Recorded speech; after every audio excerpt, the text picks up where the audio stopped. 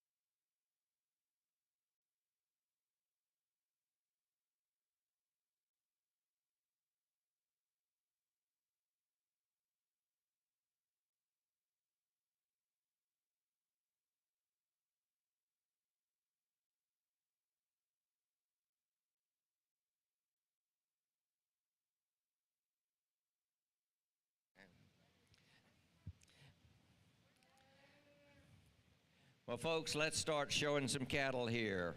We'll begin with our first class of Angus. It's a lightweight. This class has 30 entries. They range in weight from 1,000 to 1,197 pounds.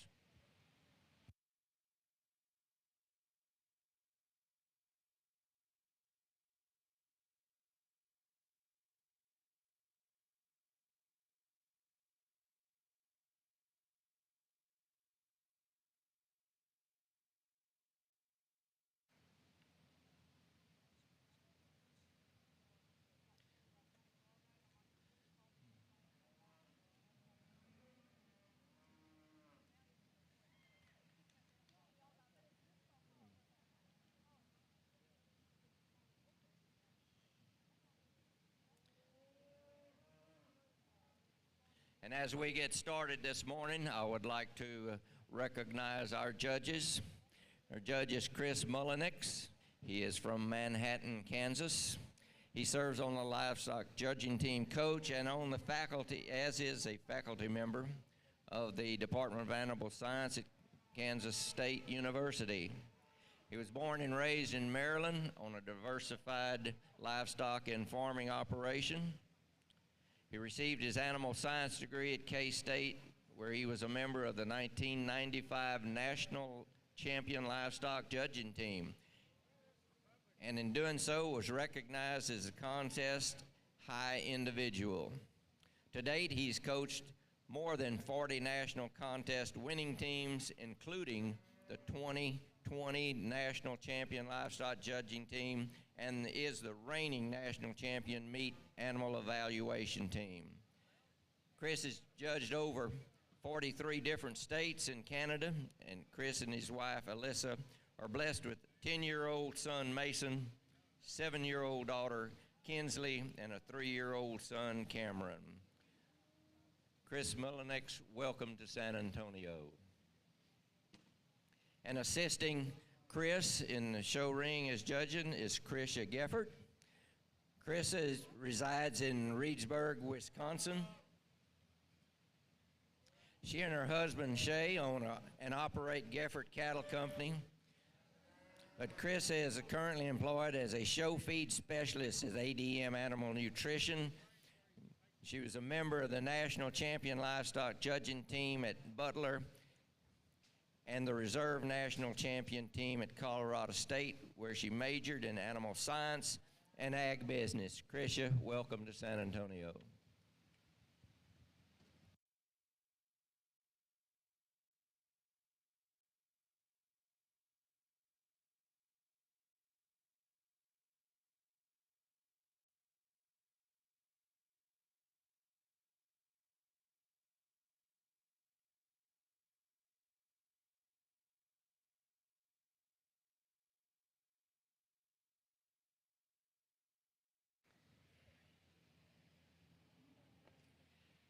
And this morning in the Angus division, we will be placing 3.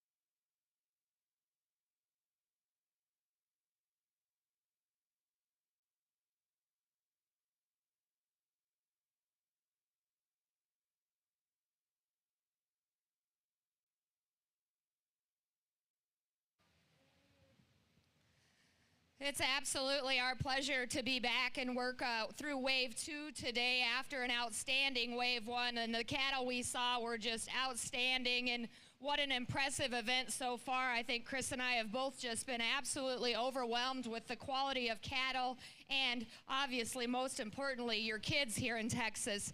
As we start off with Class 1 of the Angus steers, it'll be similar to what we were looking for in the first day, and And Chris places an absolute emphasis on cattle being built good from the ground up, from a foundation of good structure, just good made cattle that are practical, good feeding, and then yet have those extras from a show ring standpoint. We get out here and some of you end up on the rail. We don't end up with huge numbers in this class after they go through classification, but still some really nice cattle on the side over here. But as a collective group, all cattle that feed very nicely. Young lady here does an outstanding job of getting this one stuck. Absolutely appreciate her efforts. Calf here that has obviously fed tremendously well. I think when we set him into the show ring, though, have to make it a little better looking. Young lady here, again, sticking that one so great. His lines are amazing. He's so striking from the side. Just a little more power in relation to what ends up in the center. Same holds true for this calf. It's not a matter of being good looking and smooth made. We like that about him. As he gets out and goes, maybe could modify him there. But an outstanding class. Let's put our hands together as they head back to the barn.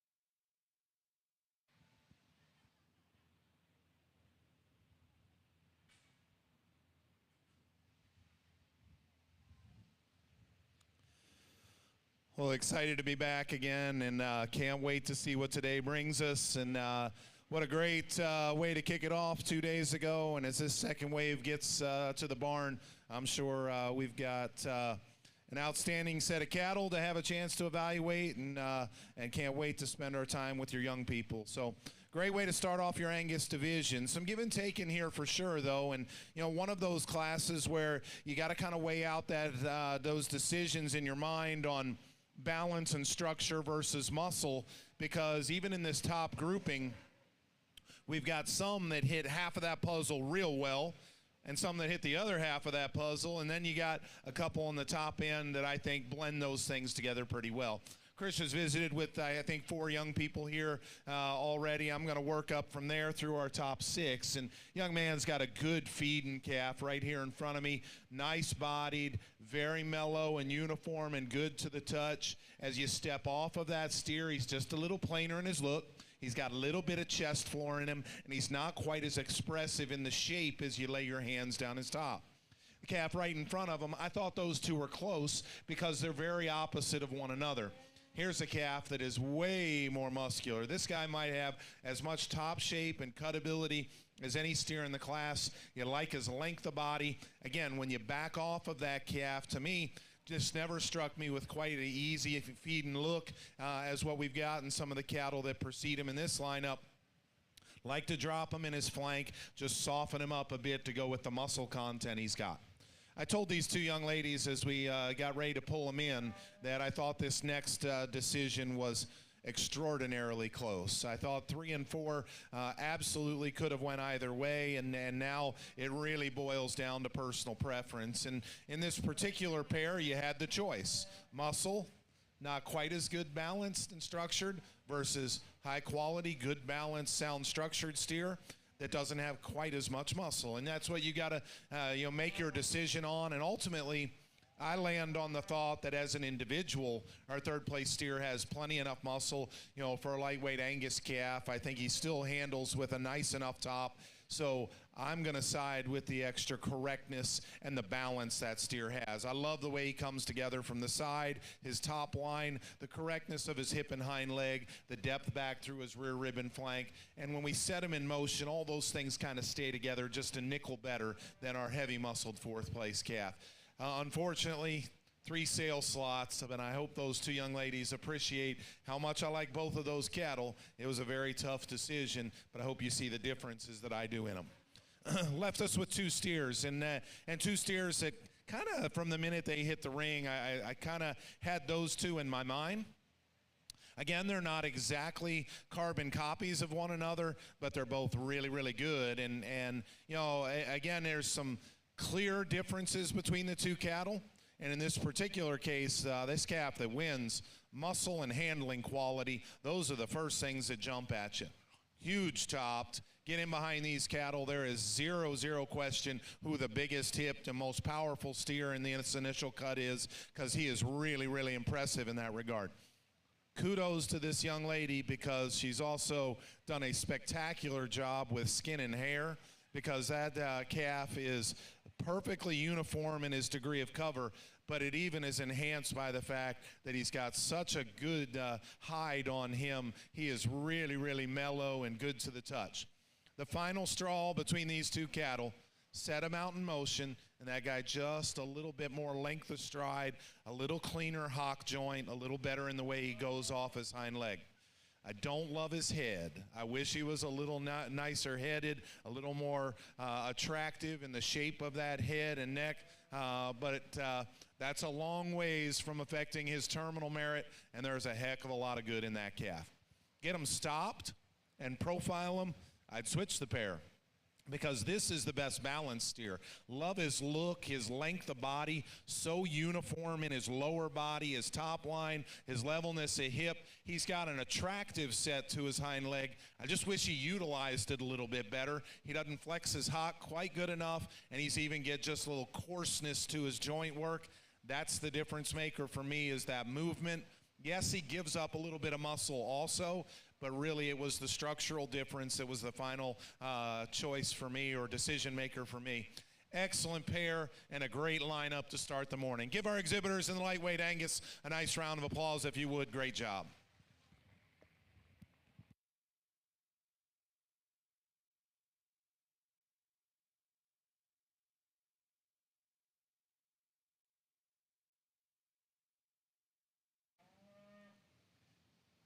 Attention in the barns, dear exhibitors.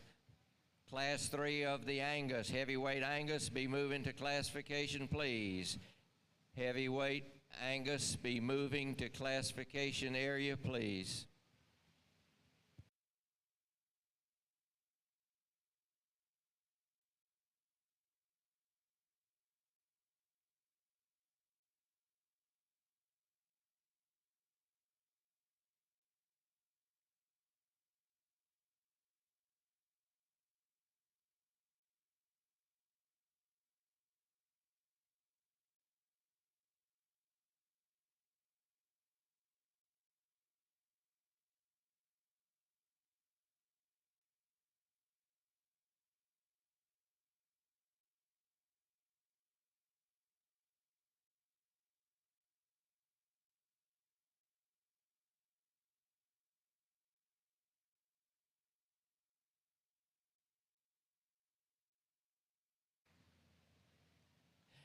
And in the lightweight class of Angus, first place went to Kennedy Hamlin, Lamb County 4-H. Second place to Cole Rains, Fredericksburg FFA. And third place to Swade Dawkins, Sinton FFA.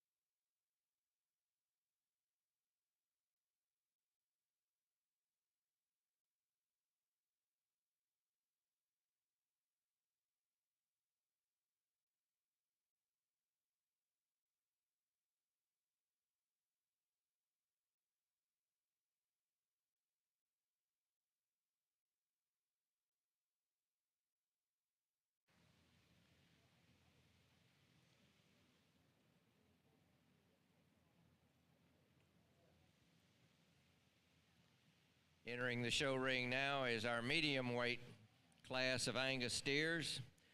This class has 19 entries, ranging in weight from 1198 to 1,329 pounds. Again, we'll be placing 3.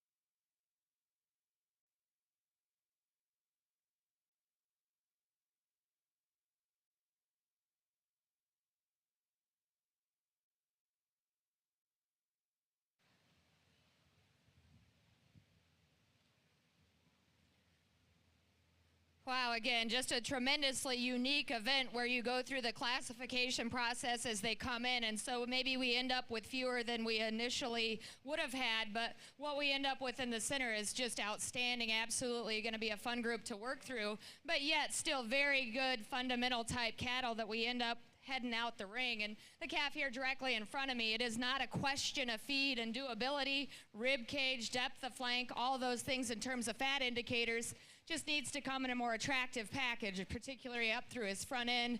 This guy here is one that assembles nice enough in terms of power and muscularity, just needs to be better structured. The calf in front of him, that one is wild-necked. He's certainly as striking and attractive as he gets out and goes, kind of just steps out and around himself a little bit. Another one here, levelness of lines, just from a mobility standpoint, we could modify him just a shot. A very nice calf that rounds out the class, right on the cusp of getting picked. Join me in congratulating those exhibitors for their hard work as they head out.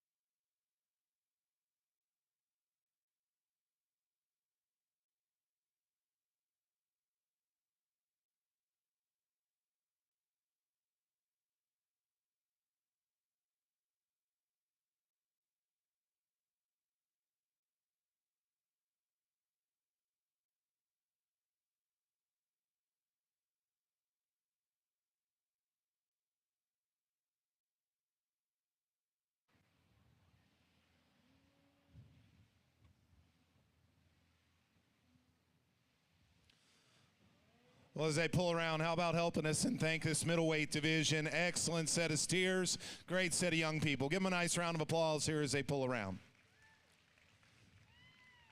Wonderful class, deep with quality again, and Chris has spent some time with 4 of them. I'm going to start here at 6th and work our way up, and I think an excellent group of cattle, a nickel deeper perhaps than that lightweight class, but really, really good top to bottom once again.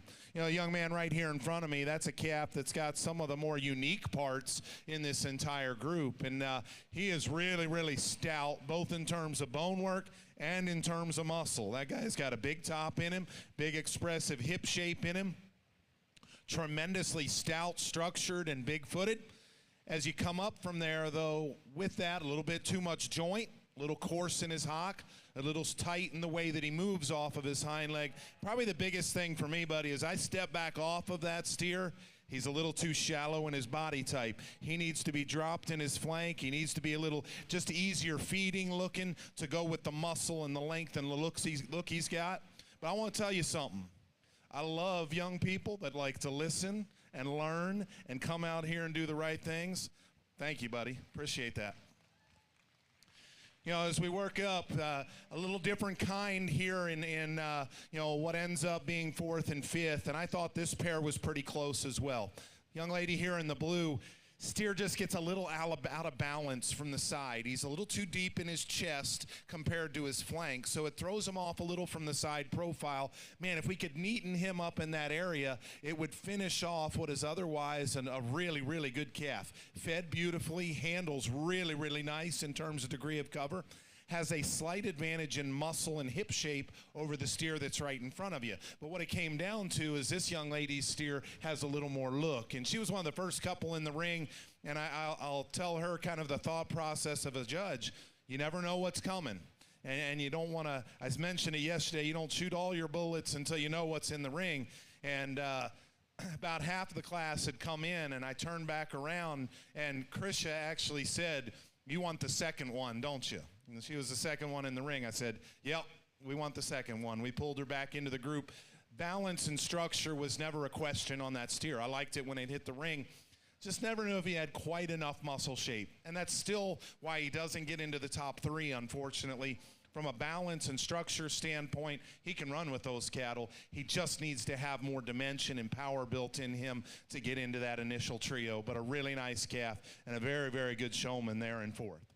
From there, guys, probably the top 3 cattle. Pull that class winner up just a little bit. You know, there's good in each of these. They're not exactly the same, but all 3 of them are really, really nice. I thought from the minute they hit the ring, we had a very, very logical place to start, though. I thought this young lady's calf really put a lot of good together. There's the show steer, no question about it. Good looking, fresh, youthful up through his front end. Chest still stays up in him. He is really, really stout in his bone work and structure, and yet he still handles it good enough from a movement standpoint. His joint work isn't blown up and coarse and puffy like you might see sometimes in those cattle that have a little bit more bone. This calf handles really expressive and good in terms of his top shape. He's not the soggiest body, deepest rib steer in the class, but he's got enough extra frame and length, you know, that at times I think that can be a little deceiving. I think he's deeper bodied than you give him credit for. That extra length kind of draws out that center body just a touch, but that don't bother me at all. Length is pounds, and that guy's got a really, really nice top, powerful hip. I thought he was a easy winner when he first walked in the ring, and never disappointed me when I got my hands on him. Very, very good place to start. 2 and 3 was probably my closest decision in this group. And there is some give and take, and I guess the thing I would probably throw out of the equation, I wish we could make both of them just a little neater up front. The second place steer needs to be a little cleaner through the floor of his chest, while the third place steer needs to be a little better headed and cleaner at the crest of his neck and the lower portion of his shoulder. So some differences in their front end, but they both could be a little more attractive in that regard. So what's the difference to me? From their forerib back, I love the body type of our second place steer. He is so good in terms of his center rib. I'd even give him that advantage over the class winner. I love his body. And then when you get your hands on him, this guy is absolutely perfect to the touch. He is absolutely perfectly uniform from 4 rib to 13th rib. He is as good as you can make one in terms of degree of cover and correctness of finish.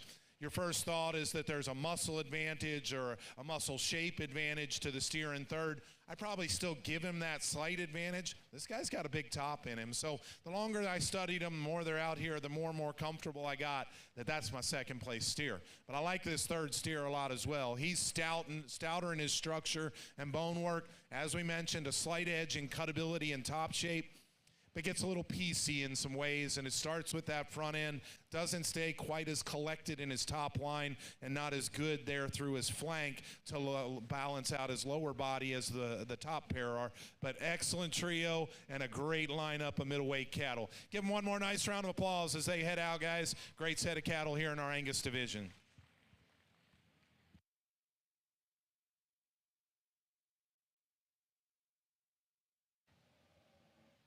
In our middleweight class of Angus, first place went to Aubrey Garcia, Brock FFA. Second place, Jay Stewartson, San Saba County 4-H. And third place, Nakota Whitefield, Fisher County 4-H.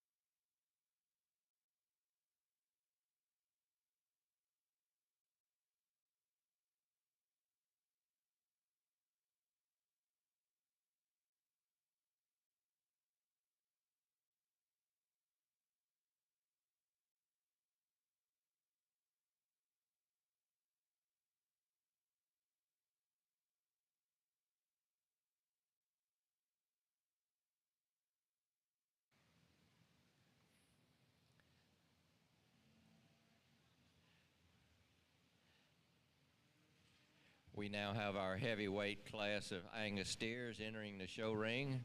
This is a class of 24 head that range in weight from 1,330 to 1,500 pounds.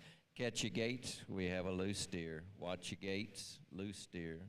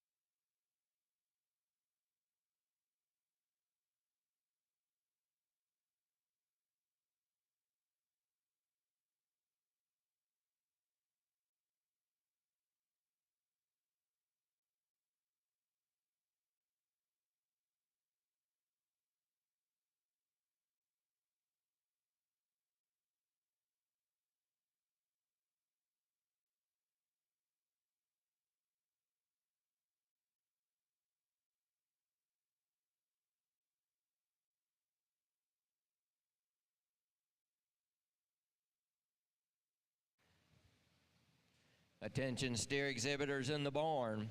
First class of Shorthorns, class 47 lightweight Shorthorns. Be moving to classification, please.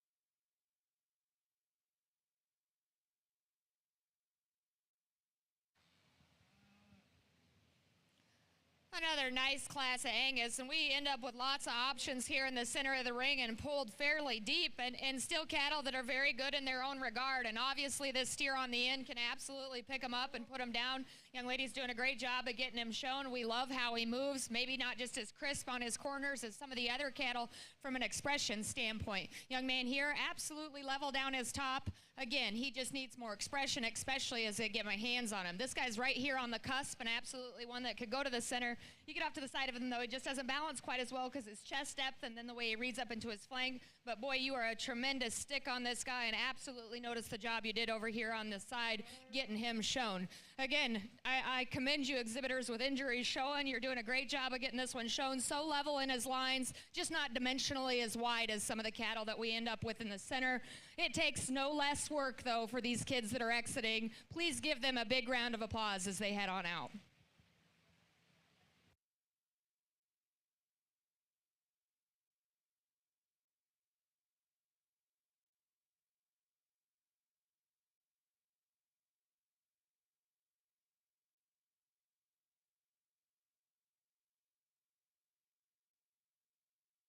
Loose steer, watch your gates, loose steer.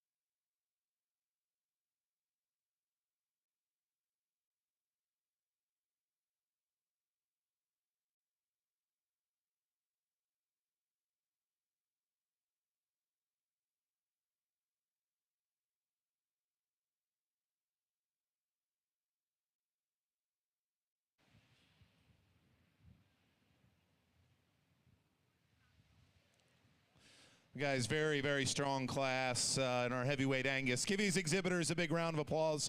We get those couple cattle back, and we'll talk about them. But you know, maybe a challenging class in some ways. And when the top pair of steers come back out here, I think you'll notice real quick. I mentioned yesterday.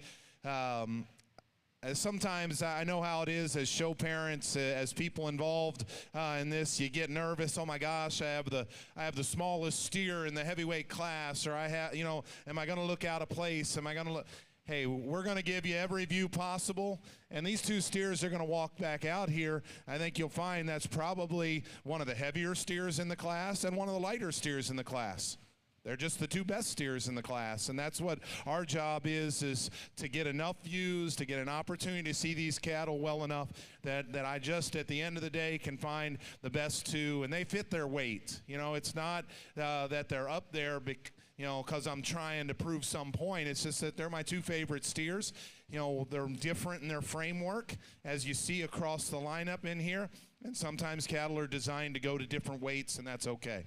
You know, as we work down the line here, we'll just talk all these cattle. Beautiful, balanced, great structured steer. I just wish he had more muscle. If he has more muscle, we're talking about getting him up the line. In contrast, here's a steer that's got a nice shape to him. He needs to move better. He's just too tight in his structure. But man, two good-looking cattle here that we round out this top cut with. Different in terms of their flaws, but very, very good-looking cattle. Young lady's calf, we pulled back in, and standing, he gives some of these cattle a run. When we get him in motion, he wants to pull his spine up, and just looks a little awkward in his top line. Could use a little bit more flank depth. But boy, when we get him stopped, he is smooth, he's good in his top line, he handles really, really nice. The next calf here, he's bulky and stout, big top, thick-ended, lots of dimension in that calf. Study him up in his front end, and he's wider in his chest and his lower shoulder than he is any other part of his body. And that's in part because he's a little too straight and tight in the way he goes. He waddles a little bit out of his front end. But man, that is a bold-bodied, big-hip power steer, no doubt about it. You know, one of the best handling cattle that's out here comes next. And this young lady's got a steer that has got a huge top in him. He is very, very good in terms of degree of cover. And even standing, I think right there you'll see a steer that still proportions well enough. When we get him out on the move, his hip and hind leg kind of goes all over the place on us. It's unfortunate. He drops that hip, that hind leg camps underneath of him, and he doesn't maintain his balance in motion like he does when he's standing still. But a very good calf that's been fed beautifully. And that left us with three steers, and we liked all three of these steers quite well, each a little different in their kind. At the end of the day, I will tell you, though, my biggest debate is on which one of those two steers was going to be second. Again, we had a standout winner that I thought came to the forefront pretty quickly in this group. You know, if I'm going to pick on him in a spot or two, we'll get to that. But why does he win? What's the difference maker? Love his structure. Big feet, stout structured. His joints are still clean. He can get out and motor. He's got a balanced look about him. A calf that honestly gives up a little muscle shape down his top to both of the cattle right behind him. But I still think he's very uniform finish-wise. He's got enough muscle to keep his yield grade in check, no question about it. And I think that's the sound-structured, attractive, well-balanced, really, really fundamentally good steer that's out here. He's a little bigger. He's a little bigger in frame and weight. And I guess if I was going to modify him, I'd like to make him a little more youthful looking, his head shape, and I certainly wouldn't mind that, but too much good in that calf to not be your class winner here. 2 and 3 was the closest spot, and I think those two cattle have more in common than they do different. I think both of them are muscular cattle. Both of them handle that way in terms of top shape. I kind of threw that out the window. Even though I would give the third place steer a slight advantage in that regard, muscle didn't end up being the determining factor for me. I like the uniformity of finish in our second place steer. I like the way that he blends into his lower shoulder and then into his body cavity. And I think as a whole, he remains just a little leveler out of his hip structure. More rump shape, more lower quarter, stifle, power, shape in the steer in third. I like his length of body. Those are the reasons why it was a close pair. He gets a little rounder in his makeup, though. Coarser and rounder in the base of that shoulder. Also a little rounder in the way that hip is constructed. Good pair of steers, very close pair of steers. The good news is you both make the sale, and that's what we're here to accomplish. Awesome, awesome class, deep with quality. Give those exhibitors one more nice round of applause, if you would.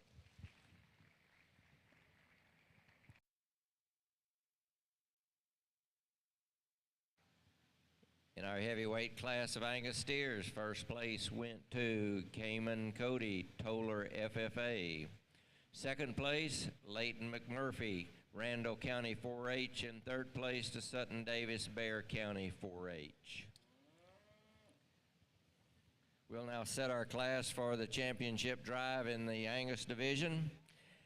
Out of Class 1, the first place winner was Kennedy Hamlin of Lamb County 4-H. Out of Class 2, first place went to Aubrey Garcia, Brock FFA. And again, out of Class 3, first place, Cayman Cody, Toller FFA. Out of Class 1, second place was won by Cole Raines, Fredericksburg FFA. Second class, second place, Jay Stewartson, San Saba County 4-H. Class 3, second place, Leighton McMurphy, Randall County 4-H. Let's give all of these youngsters a round of applause for getting to this point in the Angus division.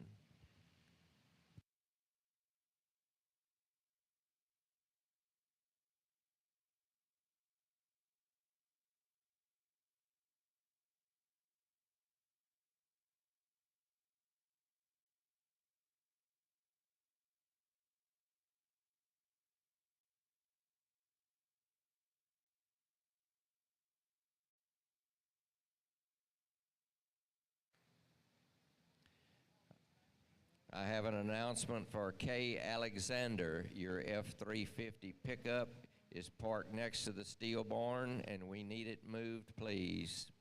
Lisa K. Alexander has a F-350 pickup that needs to be moved.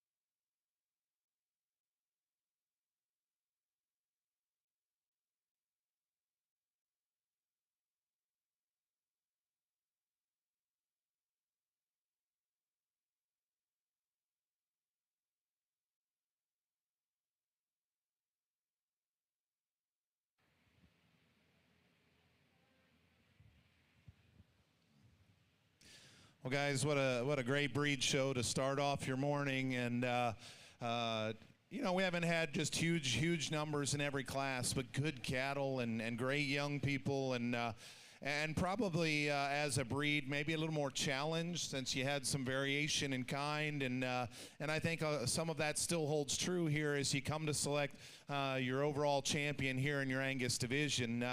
But 6 outstanding young people standing out here that have done a great job with these cattle. I'll tell you what I see in a couple of them here in just a second, but I think the overriding important part of this decision is knowing what's at the halter and the young people that have been part of this Angus breed division. Give them a big round of applause if you would. Excellent set of cattle to start off our morning.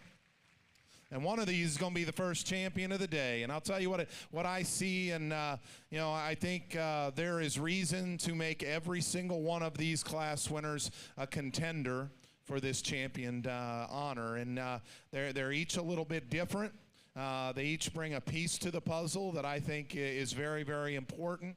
And now you got to weigh that out. And that I wouldn't end with the class winners. There is definitely second place cattle that come into that discussion, and even a third place steer probably in one of the classes that you could have argued maybe could have been second, and he comes into the play too. But you know, 3 really good class winners. That lightweight class winner, again, told you yesterday, if we can bring cattle here at different weights, our industry can handle different weights. Yes, we're taking them bigger than ever, but also that doesn't mean that there isn't value still in 1,200-pound cattle if they're appropriately finished. And he weighs just under 12, and he's very appropriately finished. So I think if you take that into account, you have to take a look at that steer, because in regard to just pure handling quality, I would argue that he's maybe as good as any of our class winners. I think he's got a fresh, really nice top shape in him. I mentioned in his class how good his skin and hair was, and how that helped to even make his handle even that much more correct, but he's very uniform, a steer that still gets out and moves. You know, as you start to break down some balance features, remember that we really like the balance in the second place steer in that class, like to change the head shape on that calf, and his lower body could be just a little more uniform. Steer out of class 2, no question, that's the looker out here. He's got balance to burn. He's really neat up front, good in his lines, a striking presence about that calf. Again, one that is very muscular and fresh as you handle him down his top. I mentioned in his class, you know, there's lots of people out there would say, well, maybe that steer's a rib too long to balance perfectly. I absolutely refuse to call Livestock too long-bodied. That is just not in my taste. I guess I understand maybe what people think when they say that, is that maybe he looks a little shallower just because he is longer. But to me, length is still product, and that's an advantage to have length. And as long as they can maintain their spine and top line and give you a good enough look with it, that doesn't bother me in the slightest. A calf that you know, is stout in his structure, good looking, really muscular. You know, I think appropriately finished. Like we said, maybe a nickel more body depth to finish off everything, but that is an excellent steer that comes out of class 2. And then a good-footed, good-moving, productive-looking steer that won our final class, and again, you know, did so rather handily, you know, but a calf that as we get him back out here, we mentioned in class, for some maybe he's a little on the bigger side. That doesn't bother me. He's still in a window of acceptability. I'd like to freshen him up. He needs to be a little more youthful, and he needs to handle more youthful also. He's kind of lost his top shape a bit, but a calf that is beautiful in terms of feet and legs and movement and basic practicality. A challenging trio and a group that I love each one of them, but each just a little bit different. You weigh out all those pieces, though, and I think for me today, there's one that sorts his way up to be the champion. Young lady, you're going to have champion Angus today. Congratulations.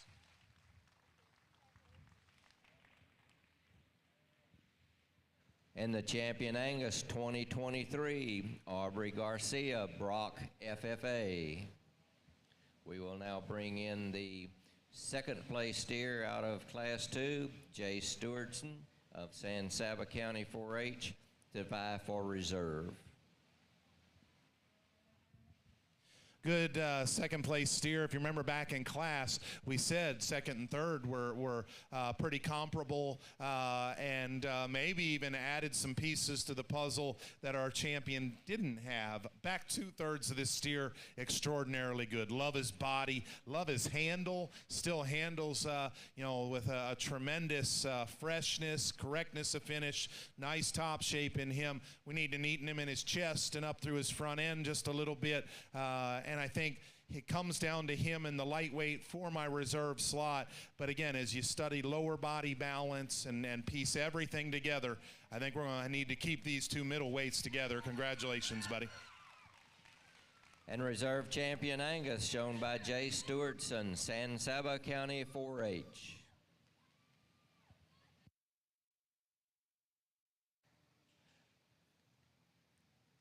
Class 47, lightweight shorthorn, need to be moving to the classification area, please. First class of shorthorns be moving toward classification.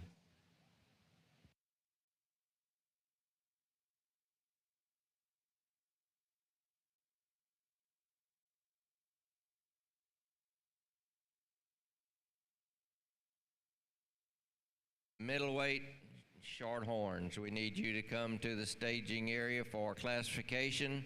Again, middleweight shorthorns.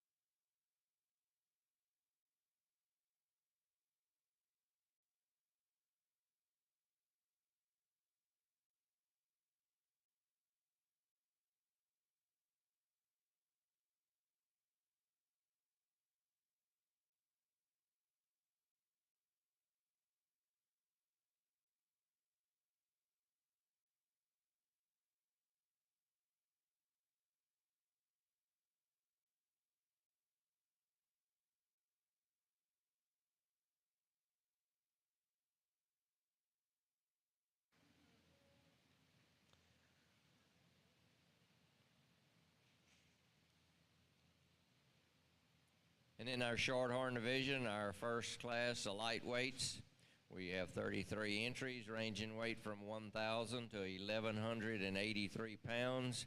We'll be placing 3.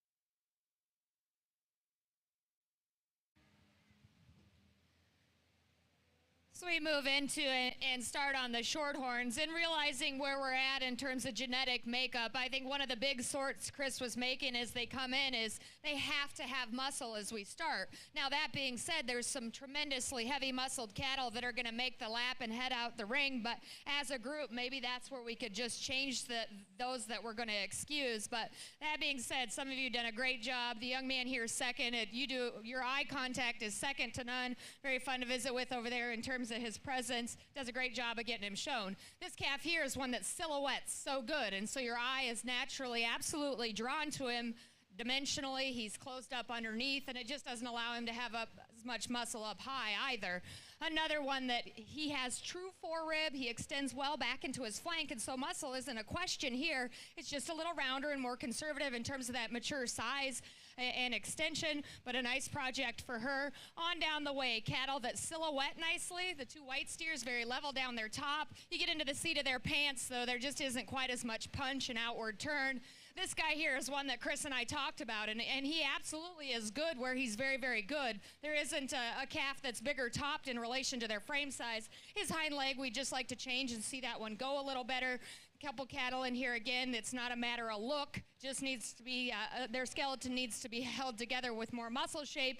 And the calf that rounds out the class is absolutely one that was in our discussion in terms of being just so freaky and attractive from the side, big in terms of his groundwork. He just hits us a little harsh today. His best days are yet to come, so you'll get the chance to take him on home.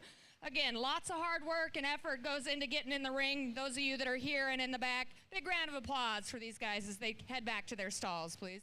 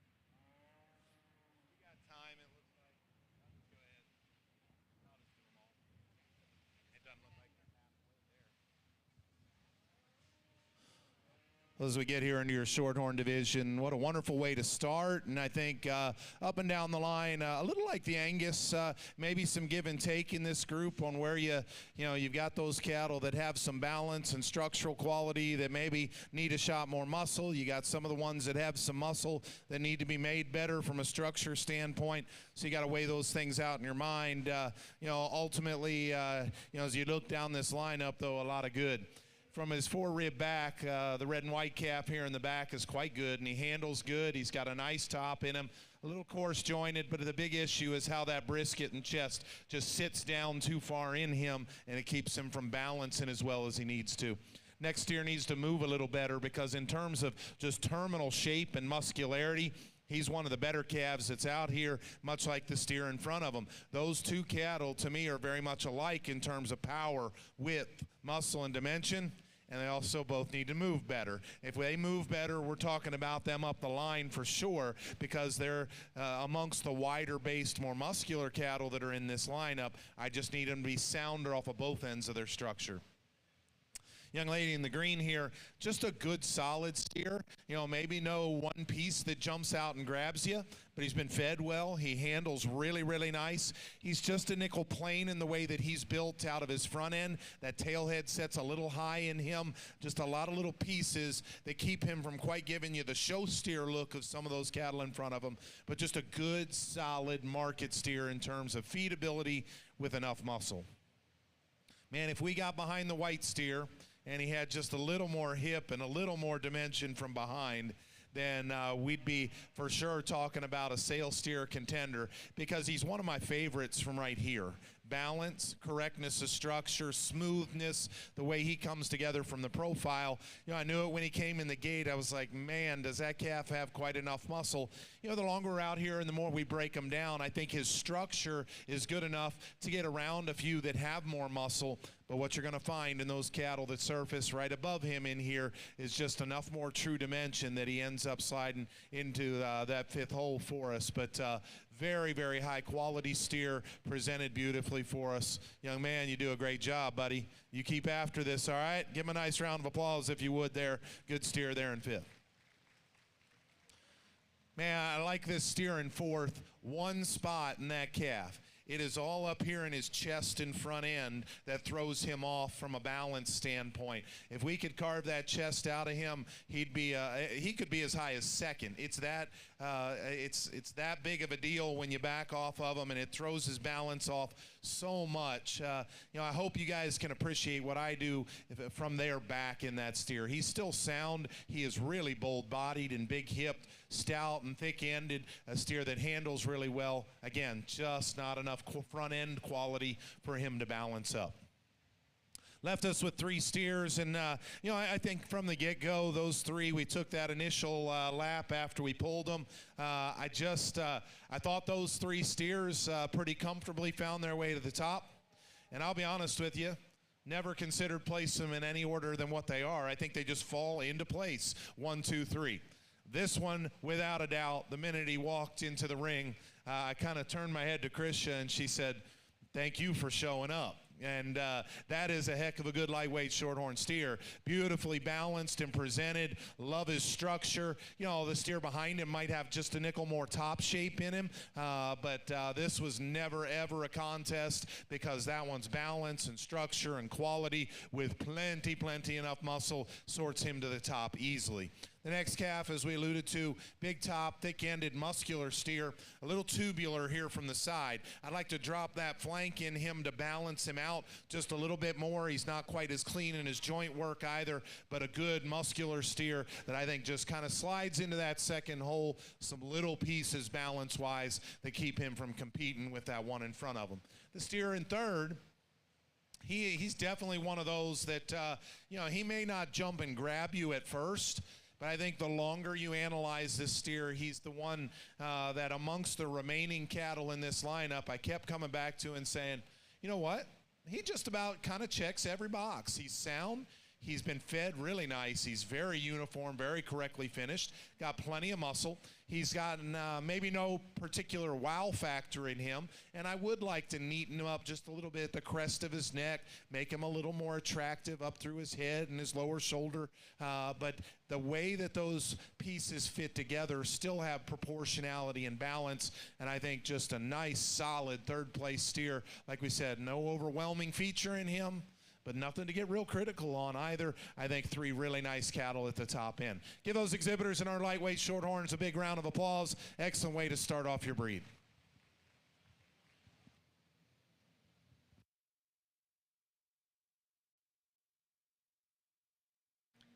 In the lightweight class of shorthorns, first place went to Robert Sierra, Comanche FFA.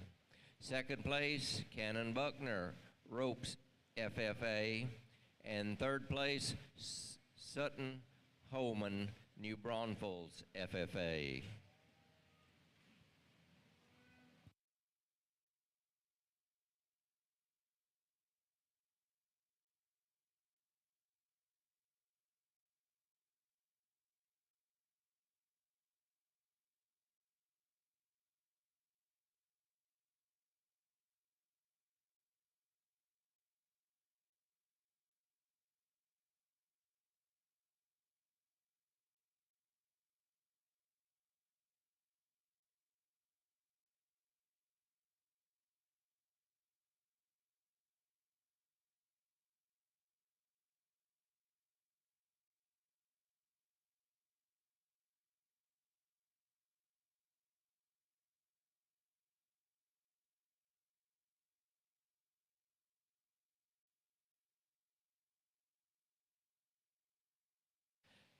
Attention in the barn. Class 3 of shorthorns be moving to classification, please. Heavyweight class of shorthorns be moving to classification.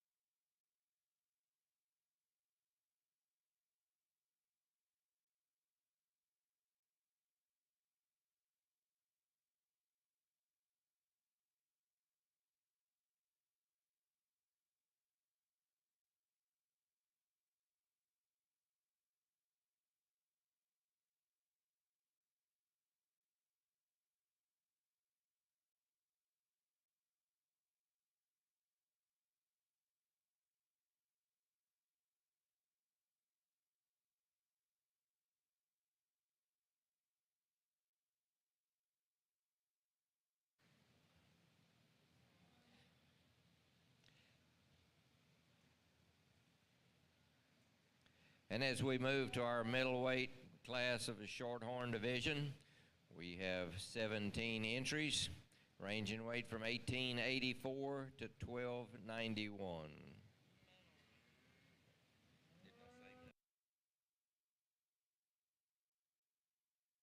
Again, as we bring the middleweight Shorthorns into the show ring, we have 17 entries, and we will be placing 3.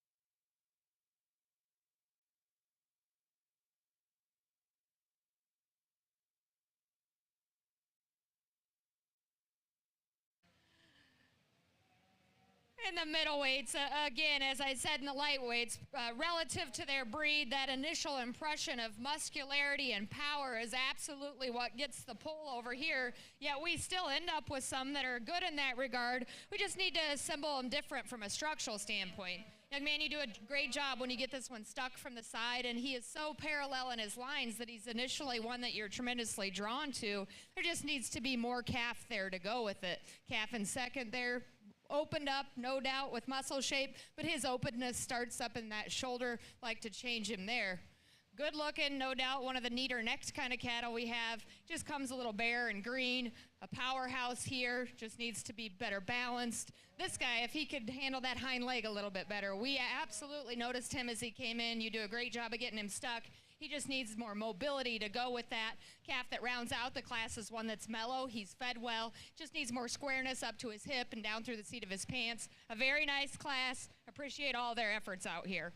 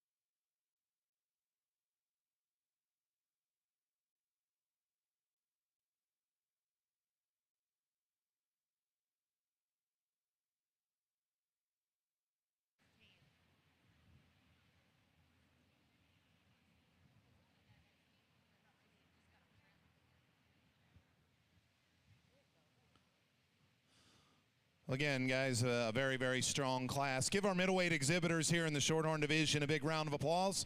Excellent lineup, really strong and deep, and again, some give and take, and that top trio of steers in particular, you know, I think you could sure justify some different things, and we'll get to them in just a second. Just a big, good feeding steer here on the end. The young lady in the green's got, you know, he makes the cut, and I pull him back into the cut because he's such a good carcass steer. He handles good. He's got plenty of dimension. You know, so why didn't he get pulled on the lead? Because of his structure. He needs to be a little better in the way he's angled in his shoulder, the way he sets down out of his front end. Just a little too tight and rigid in the way he moves off of both ends of his skeleton. Calf right there in front of him. Very, very muscular, high cut ability steer, great shape to him. Still has mobility and length of stride. As you back off of that steer, he's just a little too shallow in his body type, a little harsher in his look, a little coarser there at the base of his shoulder. Next steer is a really good feeding calf. He is big-bodied. He's easy doing. He's been fed beautifully. He's got a lot of muscle, just a little too plain in his look. I need him to be neater and more attractive up through his front end and down through his chest. But that young lady's done an awesome job of feeding that steer right on the money. White steer's got a nice look to him. He balances up good, up-headed, neck comes out of his shoulder right, really smooth in the way he transitions, neck to shoulder, shoulder to forerib, depth and uniformity of body depth is good. He gets out-horsed a little bit by some cattle in front of him in terms of muscle, but probably the biggest determining factor for us, the angles of his structure look fine. He's a little long and awkward in the shape of that rear foot. And he kind of high steps a little bit out here. He just never got comfortable in the way he was moving off of that hind leg, but a good look to that guy. You know, there were 3 of them that kind of stuck out, but there'd be a lot of classes that this would be an easy sale-making steer, and I appreciate just the fundamentals that this calf has. He is just, you know, I used this term once yesterday on just a good solid steer, just kind of meat and potatoes calf. What you got, what you see is what you got. Good bodied, easy feeding, great handling, still moves plenty good enough. Just at an elite level like this, he doesn't have quite enough look. His head shape, his front end, his chest, the way he comes into his lower shoulder, all of those things need to be just a little bit more extended and neater and more attractive to get into this top trio, but a good solid calf there in 4th. Top 3, as I alluded to, guys, 3 very, very good cattle. Give those exhibitors a nice round of applause here, and we'll tell you what I see in that trio. Again, I think it's a group of cattle that you could sort really in any direction you want, and it really depends on where you want to lay your emphasis.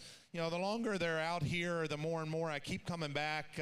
You know, this class winner to me represents the best tandem of muscularity, appropriateness of finish, and function of structure. And, you know, he is one, I told Krisha, he's some bone away from winning this class pretty comfortably for me. And it does throw his balance off just a little bit, that he's, for as massive as he is up high, he's just a little frail in terms of his bone work, you know, but he's still very correct in his joint work. His length of stride, his mobility, his movement, we can go ahead and lead him on out if you want, is really, really good. A calf that, as you lay your hands on him, he is absolutely on the money in terms of degree of finish. Beautiful, beautiful top shape. You know, his skin's maybe a little duller at first glance. He doesn't maybe pop at you in that regard, but man, he handles tremendously. And watch him go. It's effortless. It's really, really a good calf in terms of feet and leg structure. The dark roan steer here that's next, you know, he's one that kind of grows on you. I told Krisha his color pattern maybe, I never anticipated him to have quite as much top shape as what he does. He really, really handles good there. He maybe doesn't have as much pop from directly behind, not as bold in his body shape as the steers that are on either side of him. And there at the profile, he can get a little relaxed in his top line at times.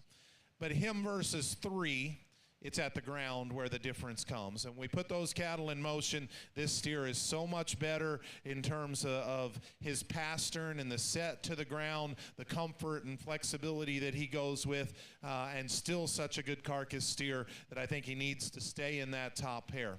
You know, the third steer, though, is an interesting one, and I don't think there's any doubt. If you think just parked here at the profile, he represents a lot of what we've tried to find through the first half of this show, Tuesday and through today. I wouldn't argue with you a bit, because standing still, I'd start with that steer. He is a good-looking rascal. He has got a really, really nice shape to him. He is easily the neatest, most attractive up through his front end, and yet still powerful and shapely. We can go ahead and lead him on out, and you're going to see the fall that it was too much for me. We put too much emphasis on structure. It starts with his feet. His feet aren't shaped quite good enough, so as you watch him on that rear foot and pastern, he never flexes it and relaxes and comes back into that pastern the way he needs to. He needs to have a little more length of hip as well to give him that freedom to go off of his hind leg. But that is one awesome class, guys. Great trio at the top end, but deep all the way through. Give them one more hand as they head out of the ring. Excellent set of Shorthorn cattle.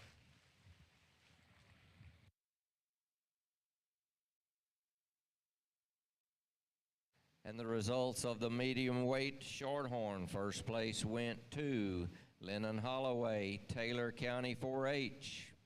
Second place, Tyler Gilliam, Ropes FFA.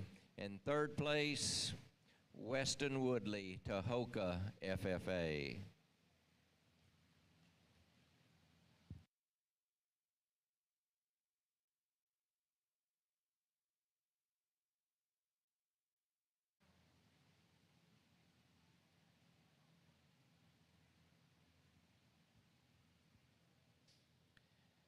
And I've been handed a long list of vehicles that are illegally parked. They're either parked in a fire lane or they are parked in a yellow striped area. We have a 2019 Ford Ranger, license number 65LSZ, license number SMG 2852. We have a 2021 F-250. License number PDH 8409. We have a Nissan 2014 Nissan Tracker, license number NMN 5317. We have a 2022 F350, license number RWM 2861. We have a 2022 F-150, license number Z473C54. We have a 2023 GMC Sierra, license number SPB 3771. We have a 2021 Chevy pickup, license PCH1365. We have a Ram pickup, license CWAD E1. We have a 2021 Chevy pickup, license number PLT 1197, and a 2021 Ford, license FP 139384. These 10 vehicles will be towed if they're not moved immediately.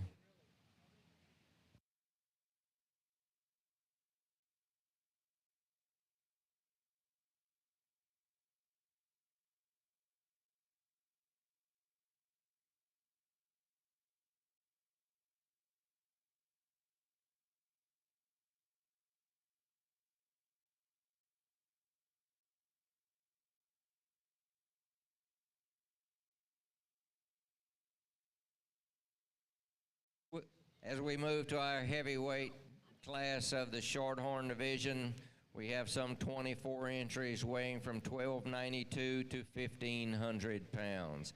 Again, we'll be placing 3.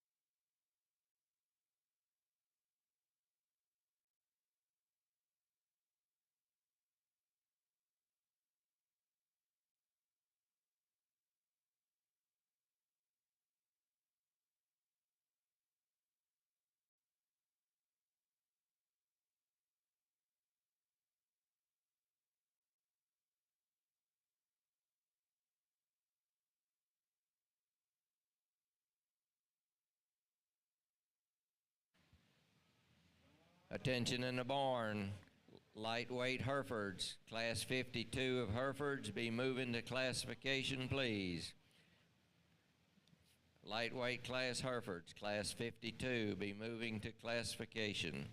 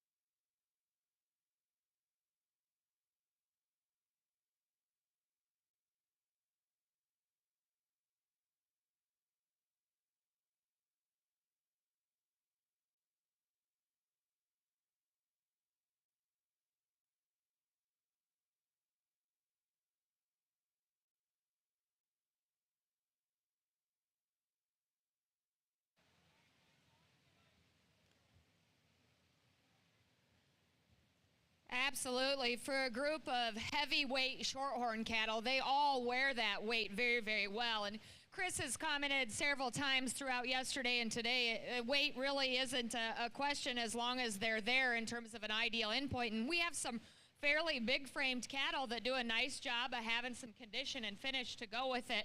Really appreciate that about the way that they've been fed. This is a particular example of that. This guy is good in terms of his fat indicators. He's still attractive and so smooth in the way he puts those pieces together.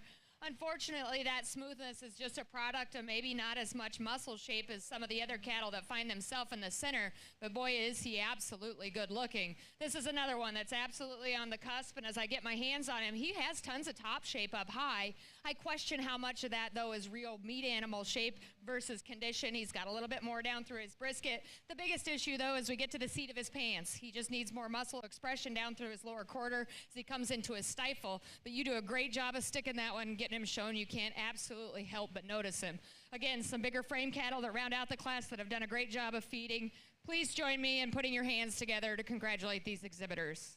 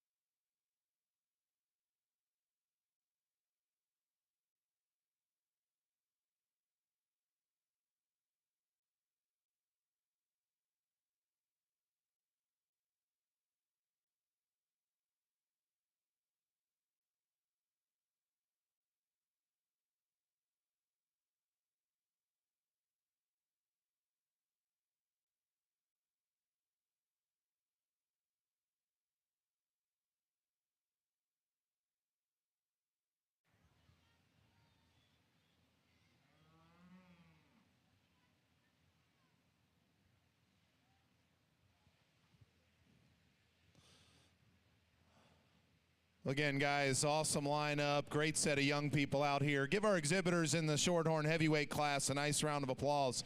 Powerful, powerful, good set of cattle.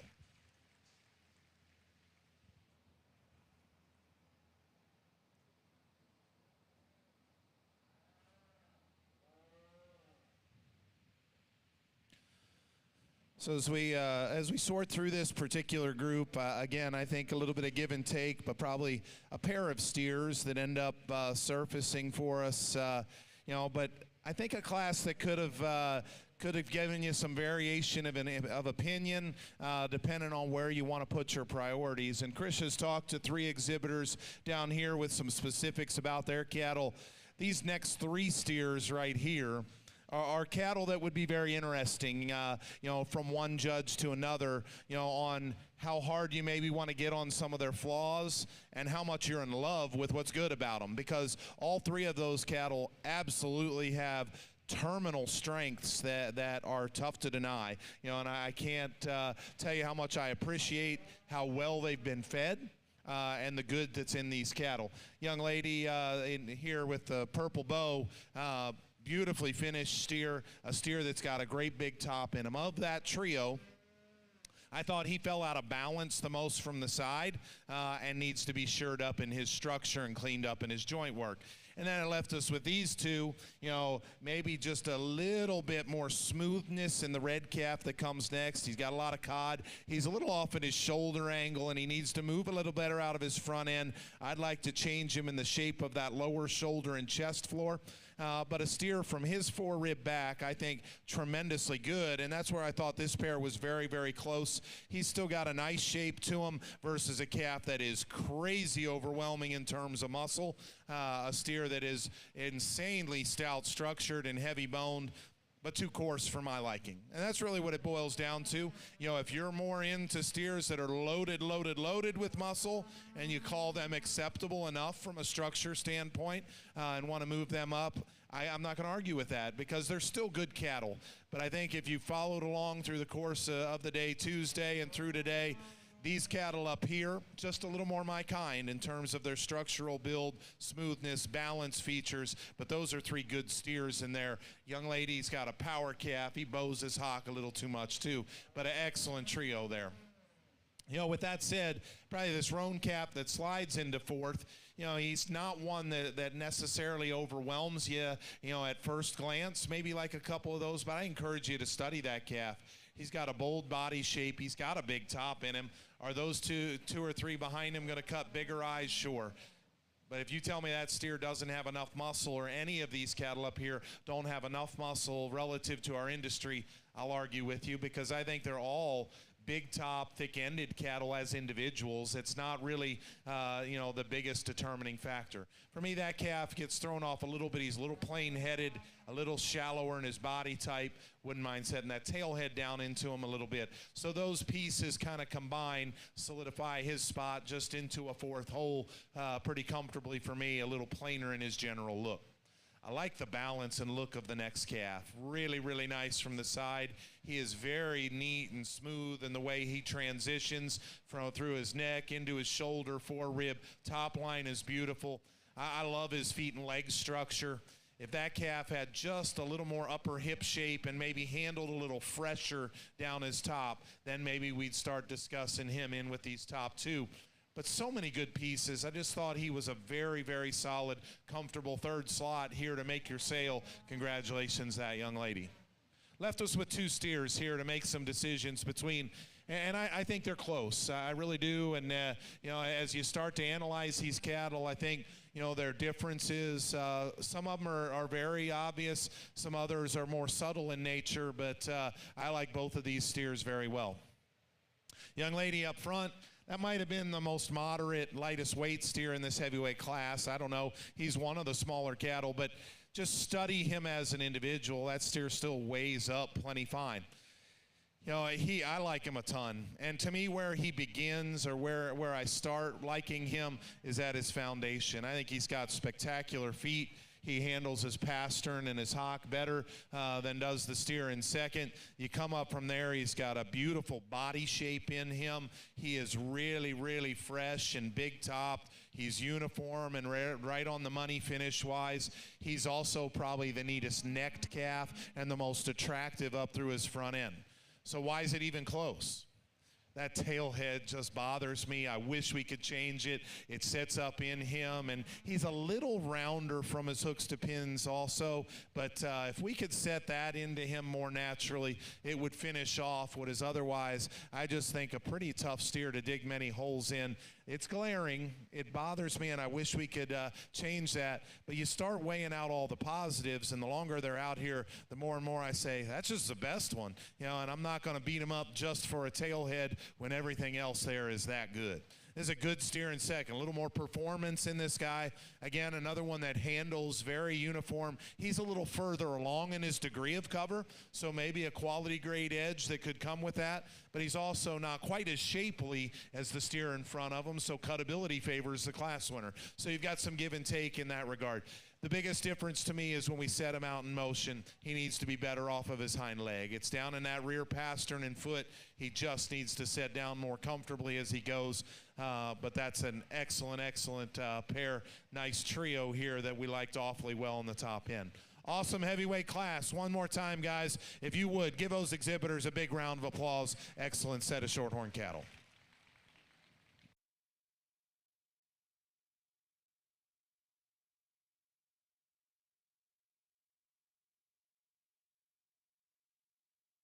In the heavyweight class of the Shorthorns, first place went to Stratton Shirts, Ropes FFA. Second place, Berkeley Carver, Abernathy FFA. And third place, Gabriel O'Leary of Brock FFA.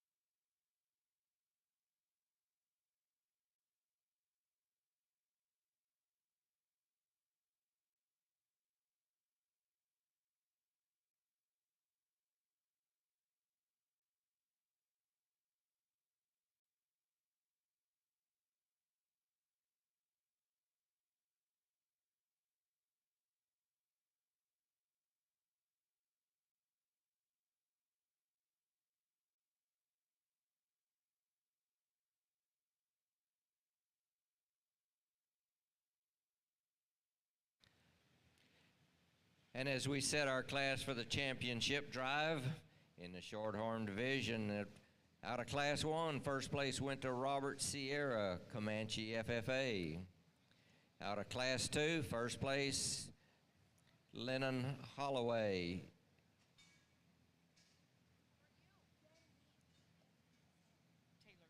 Taylor County 4-H.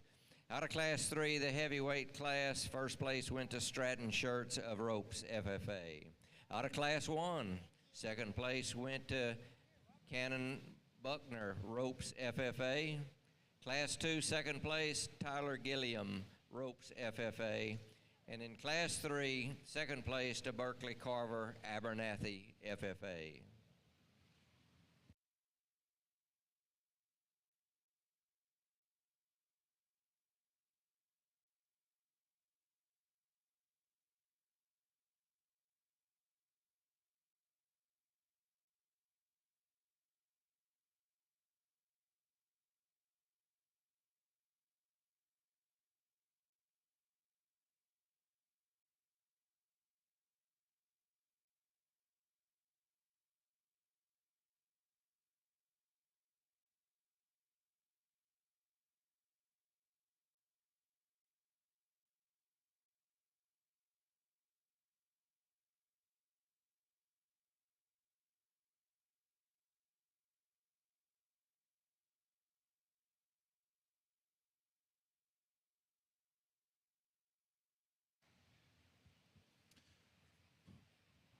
Again, what a spectacular set of young people to share our thoughts with, and a strong, strong breed show here in your Shorthorn division. Give these exhibitors a big round of applause, those of you around ringside here.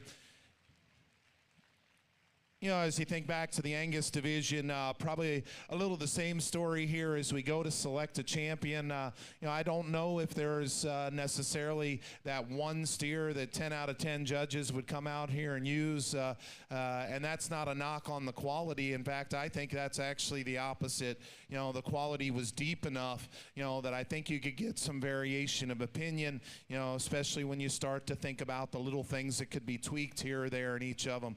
You know, but at the end of the day, I'm pretty comfortable, you know, that there's a pair of steers that need to stay together, you know, that represent a market endpoint and appropriateness of finish, you know, some muscularity, and still do so, you know, with some show steer look and balance and fundamentals of structure.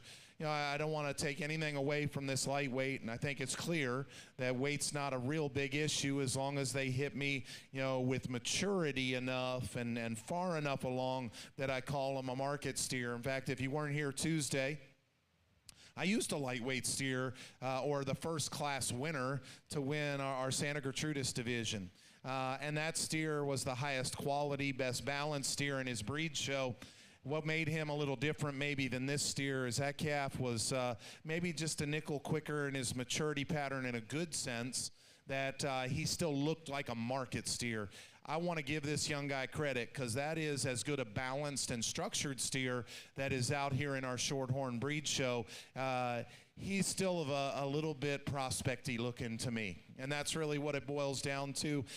He doesn't have quite enough mass, enough dimension. It's not solely weight. It's more that if that steer, you know, went to 1350, he'd be deadly. He'd be deadly, deadly good. And, you know, versus some of the other lightweights that have been contenders, they needed to weigh 1,200 pounds.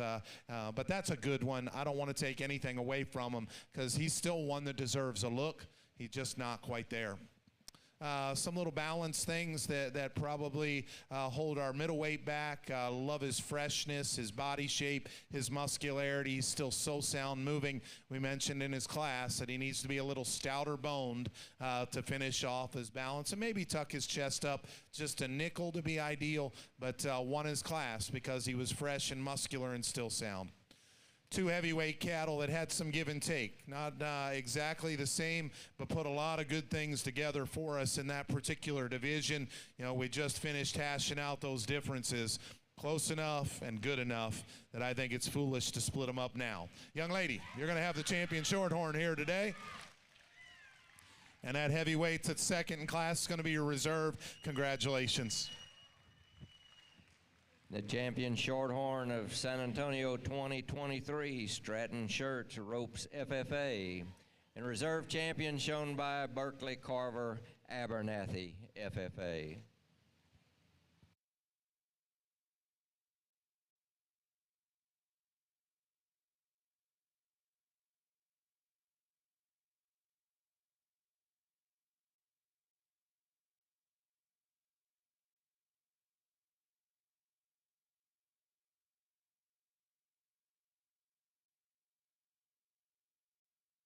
Attention in the barn, we have a cell phone and a wallet that was found in the restroom in the northeast corner of the show barn. If you've lost a wallet and a cell phone in the northeast restroom area, you need to come to the announcer stand and claim it.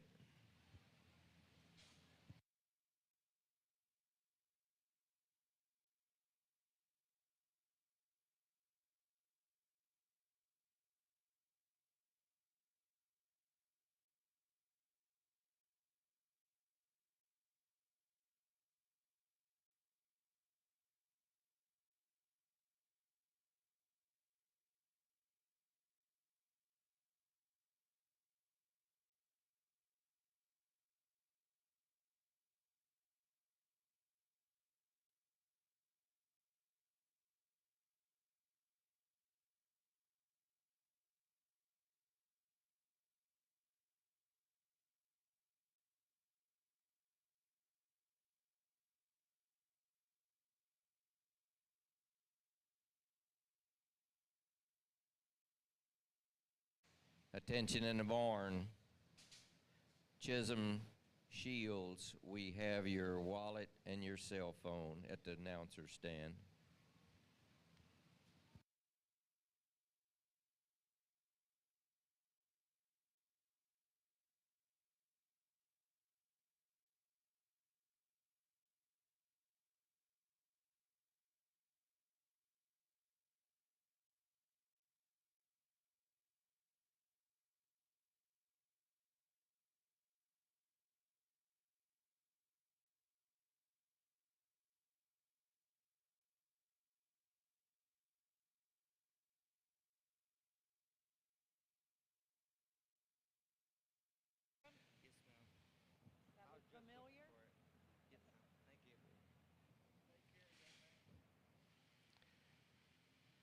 Middleweight Herefords be moving to classification. Middleweight Herefords be bringing your steers forward for classification.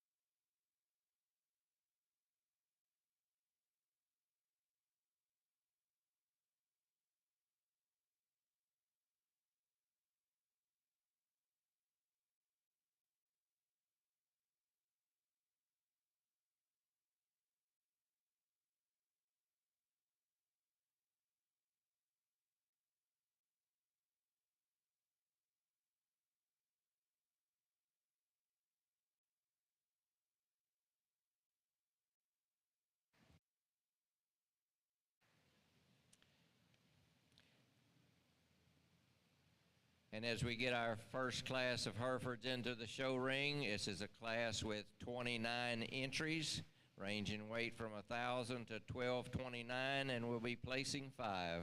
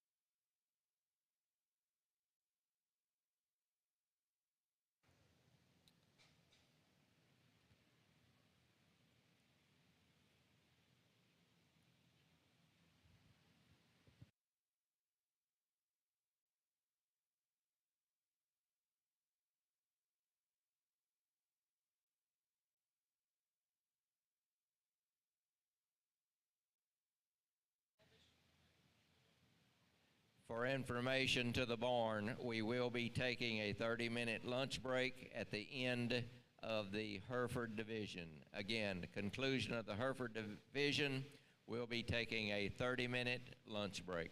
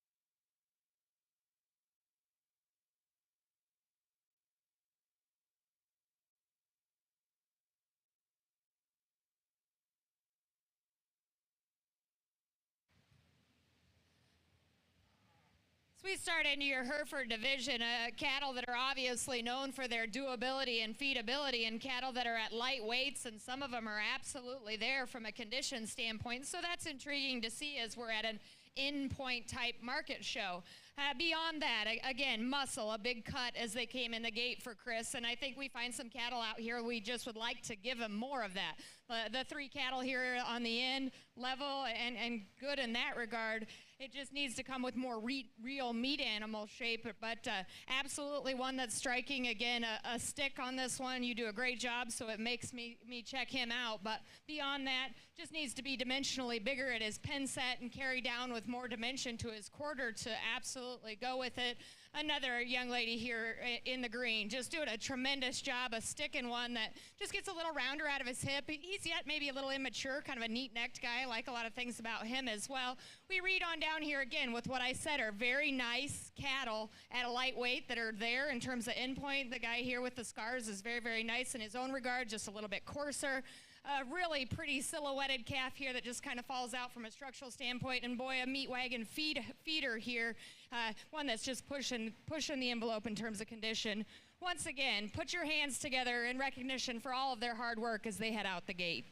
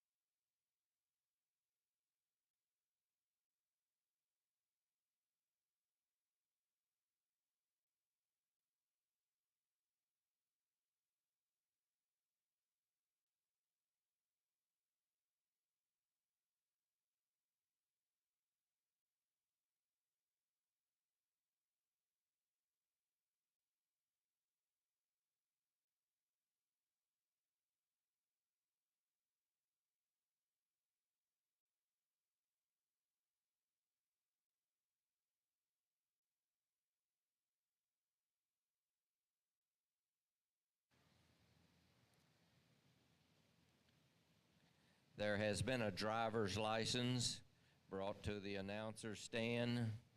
We have Bobby Willis's driver's license. So Bobby Willis, if you have lost your driver's license, it has been found. It's at the announcer stand.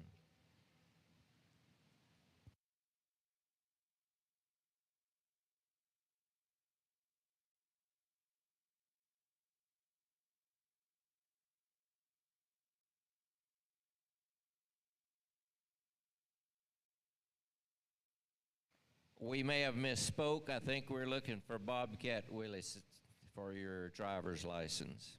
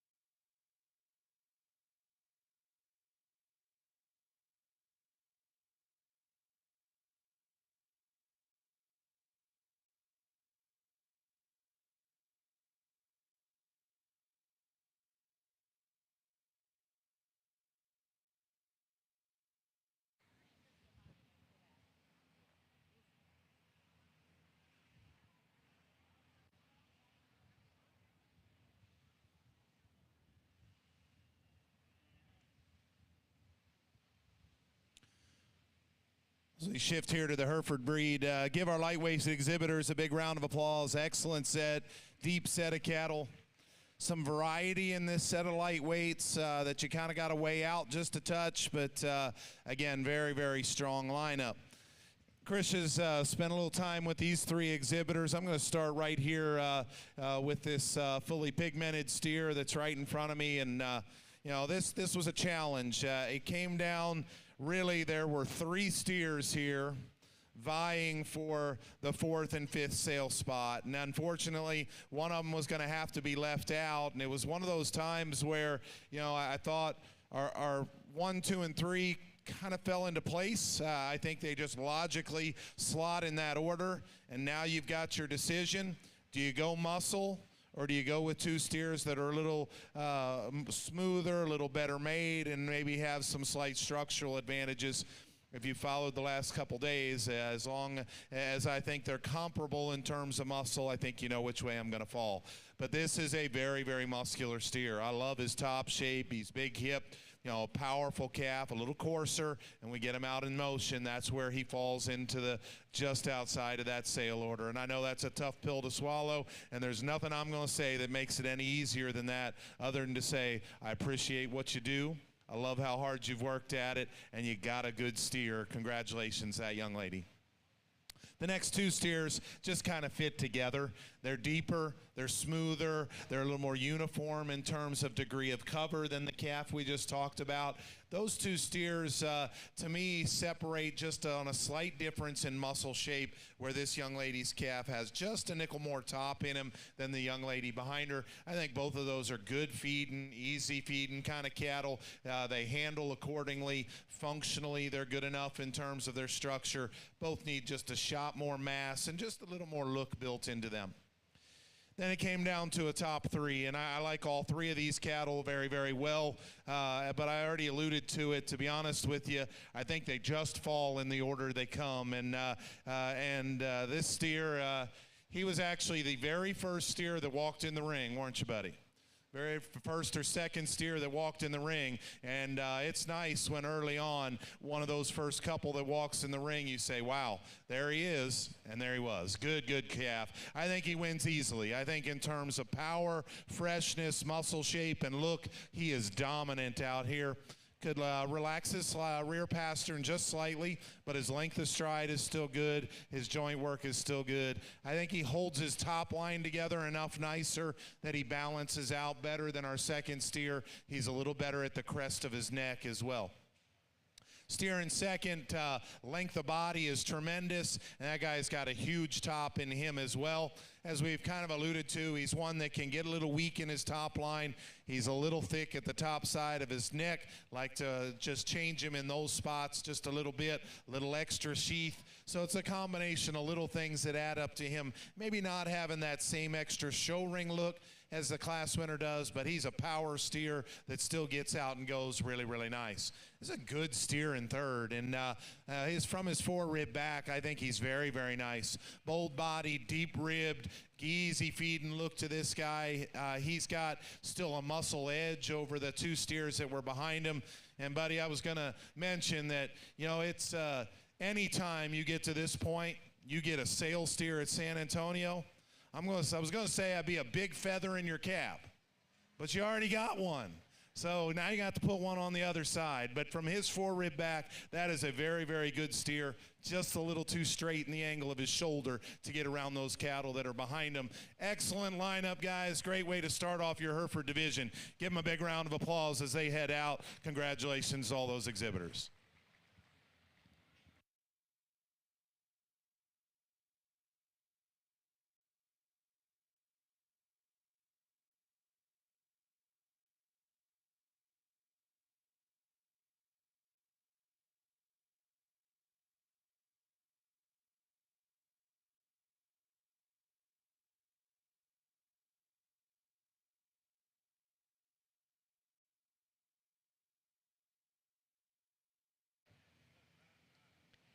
And in our lightweight steers, first place went to Maverick Cody, Toller FFA. Second place, Emery Holman, New Braunfels FFA. Third place, Braxton Mims, Lubbock County 4-H.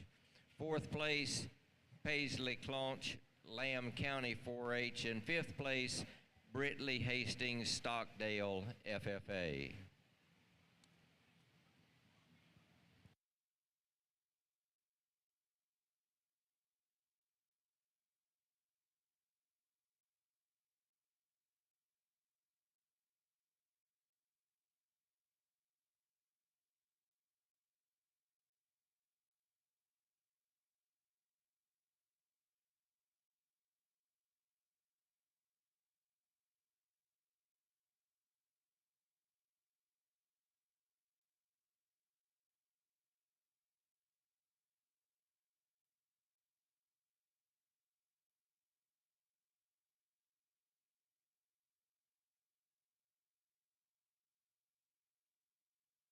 Attention in the barn, we have a Sierra wireless hotspot brought to the announcer stand. If you lost your Sierra wireless hotspot, we have it here at the announcer stand.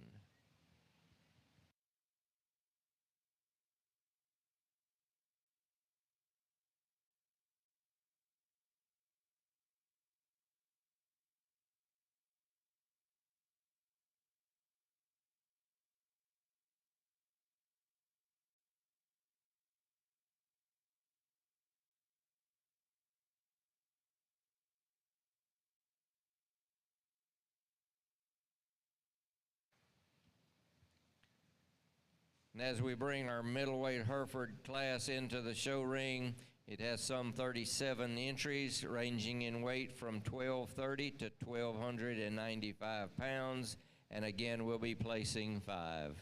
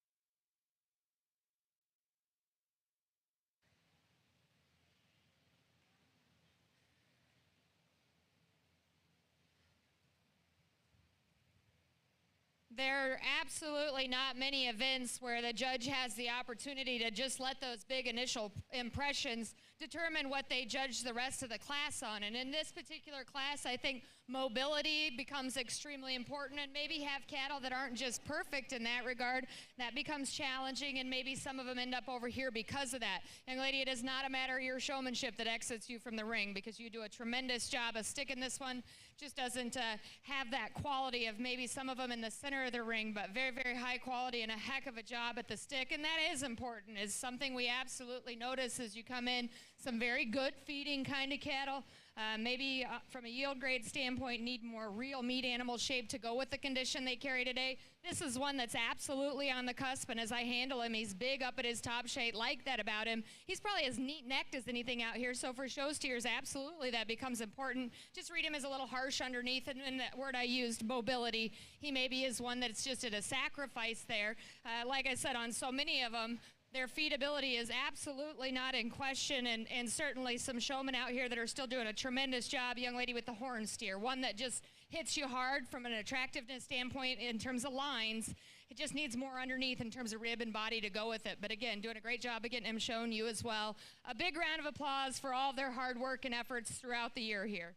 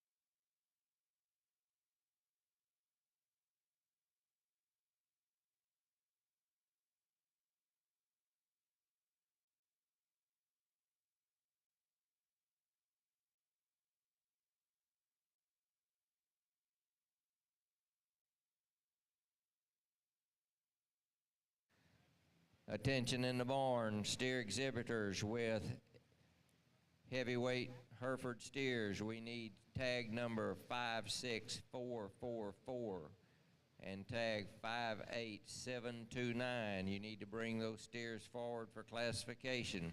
Again, heavyweight Herefords, tag number 56444 and tag number 58729. You need to come forward.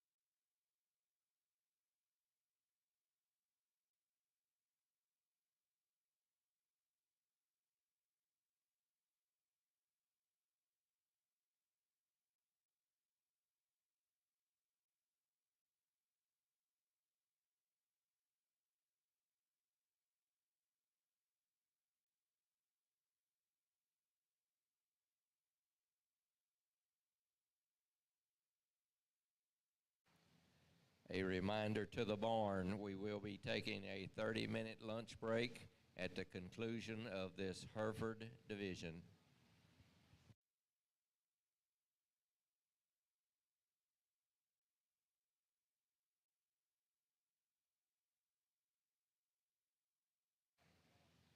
Once again, we have been brought a Sierra wireless hotspot here to the announcer stand. If you have misplaced one, it is most likely here at the announcer stand.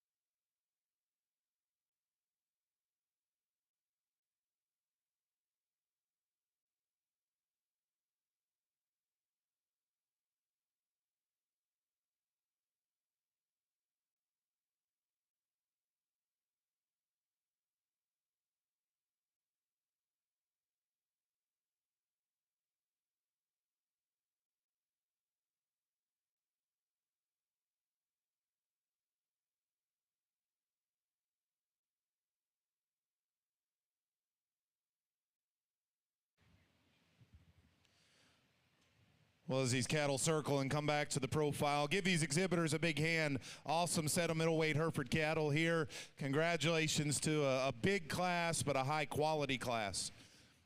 You know, as we kind of get here toward the top end and we'll get those cattle weighed, we're going to, Chris has spent a little time talking to a handful of these young people.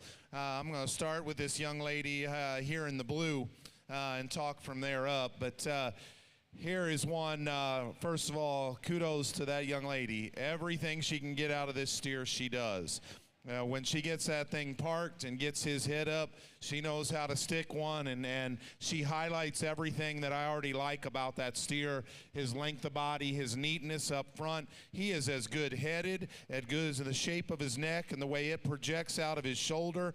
He lays in as smooth and as good from there to his shoulder and forerib as any steer that's in this lineup. Two issues. You get him behind him and he needs a shot more muscle. And we get him out on the lead, he's a little short-strided. You know, that's really what it boils down to, but a good calf. From a balance perspective, he's extremely good. The next steer is a little tough to read. He got a little sunburn, he's a little pale-skinned, a tough one. Even when you get your hands on him, it's still pretty tender, you can tell, but that calf's got a lot of good in him. I like his structure, calf that gets out and goes very comfortably. A steer that's got some depth to his center rib and body. I think he balances out pretty nice. Again, it boils down to some muscle differences. Pull him up just a little bit. He's stretched out on us. Boils down to some muscle differences that separate him, and maybe just one of those times where, you know, as good as these cattle are, sometimes it's about first impressions, and he's maybe not one that strikes you as hard as some of those other cattle in front of him, but give him the time, analyze him. I think there's some real positives. Unfortunately, we go to 5 in a sale order, and he comes up just short, but there's some good in that calf, no doubt. A little the same holds true to the steer right there in front of her, and these were both cattle that maybe at the first glance maybe didn't strike you the hardest, but as you study them longer, you appreciate them, and this is one that we pulled a little bit later, but you give him the time, and fundamentally I think he's excellent. He's sound, he's deep and bold-bodied, he's got plenty of muscle. He handles appropriately from a finish standpoint. It was all the aesthetic things that weren't quite good enough in him. He's a little plainer headed. He got that little bit of throat. He gets a little easy in his top line when we get him stopped. All of those things were kind of some first impression balance things that didn't hit you quite as quickly. But again, just a really fundamental, practical, good market steer. The same holds true for the calf right in front of him. I'd like to neaten him up through his front end just a touch as well. He maintains his top line a little nicer than the calf in front of him, and they're both good muscular cattle that have been fed well. Again, just need to balance up a little nicer, have a little more attractiveness to them relative to our top trio. And then we're left with 3 steers here, guys, and this is probably you know, one of the more challenging decisions on where you have to draw yourself a line from a judge's perspective, and every judge's line is going to be a little bit different. I understand that, I appreciate that, and as we think about this initial trio of cattle, I'll start by talking about this 3rd place steer, because he's certainly the different one. He's the outlier. He is a positive outlier in many traits. And truthfully, buddy, if we never had to walk these cattle, you'd win this class running away. But you got to walk them. And he's not sound enough. And that's really what it boils down to me. He is amazing everywhere else. He is by far the boldest bodied, biggest hipped, and freshest handling steer in this class. I appreciate those things about him. His spine and top line stays beautifully in him. Young man has presented him to the max out here and gotten everything he possibly can. And then we set him in motion, and it just isn't good enough. And that's what it boils down to. And maybe for some judges, he'd be acceptable enough. And if you say that and you say he is just overwhelmingly good everywhere else, I'm not going to argue with that. For me, at this type of event, as elite as this is, he's not sound enough to get into this top pair. But man, I don't want that young guy to not think I don't like his steer, because everything about him is absolutely awesome. I appreciate where he's good. He's just got to go better. That's what brought these two steers together. I think the top pair are very much alike. There was no way I could slide that steer in between those two cattle. I think these two fundamentally in terms of structure and quality of movement, body dimension, easy feeding, practical look, they check every one of those boxes. Then I think they sort. I think they sort in the way they stand here because the young lady's calf's got a notch more muscle shape. His tail head and top line and everything hooks together just a little bit better as you come there from hooks to pins and off of that hind leg. Just a little more balance in the back third of that guy in terms of the way hip and hind leg sets and draws a more attractive line. Could both of those cattle be a little neater in their chest and front end? I would not argue with that. But I think they're good enough in that regard. Fundamentally, they're sound, good cattle. They're both on the money in terms of finish. That's the one that's got a nickel more look and just a little more pop in terms of that muscle shape. Awesome class. Again, deep and high quality. Give all our Hereford exhibitors here in this middleweight class one more big round of applause as they head back.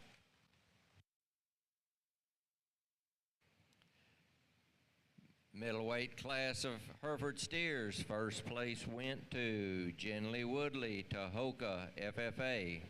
Second place, Garrison Otmers, Gillespie County 4-H. Third place, Braden Mims, Lubbock County 4-H. Fourth place, Jaden Mata, Dimmitt County 4-H. And fifth place, Courtney Fay, Stockdale, FFA.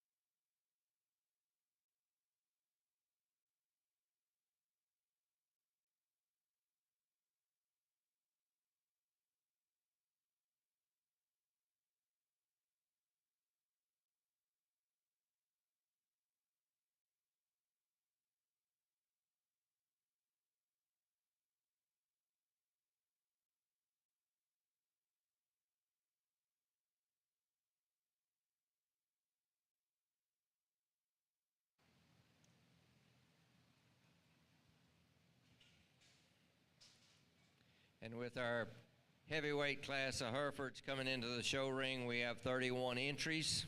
They range in weight from 1296 to 1500. And again, we're placing 5.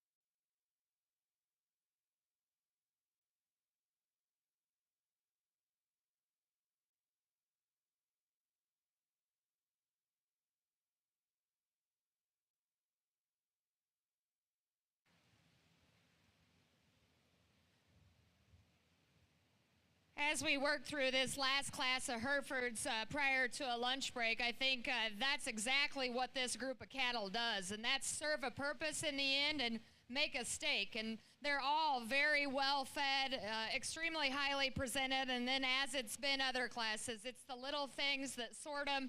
Just need to have some more muscle shape on these cattle, or just a better combination of quality and yield grade as we reach this end class of heavyweight cattle. A perfect example of that is right here. This guy is just absolutely monster bodied. He has the rib cage that feeds, looks like he likes a feed bucket, just got a little more brisket to go with it at this point. Just like to give him more cleanliness and just absolute attractiveness aligns. One that is presented and shown so well here. He's got a little more frame size on him, and with that, maybe we could body him down into his flank just a shot. Some other cattle that have done great in terms of finish and grow just aren't cattle that have enough doability to go with it. This guy here is one that's intriguing, absolutely, as you get off to the side of him. Just doesn't handle his spine quite as well as he gets out and goes. The real dark pigmented steer here. Again, the young lady on the stick has not done her job here. She does an absolute great job of getting him shown. Just needs a little more extreme pieces to end up in the center of the ring. Very high quality class. Please put your hands together for all of their efforts and hard work.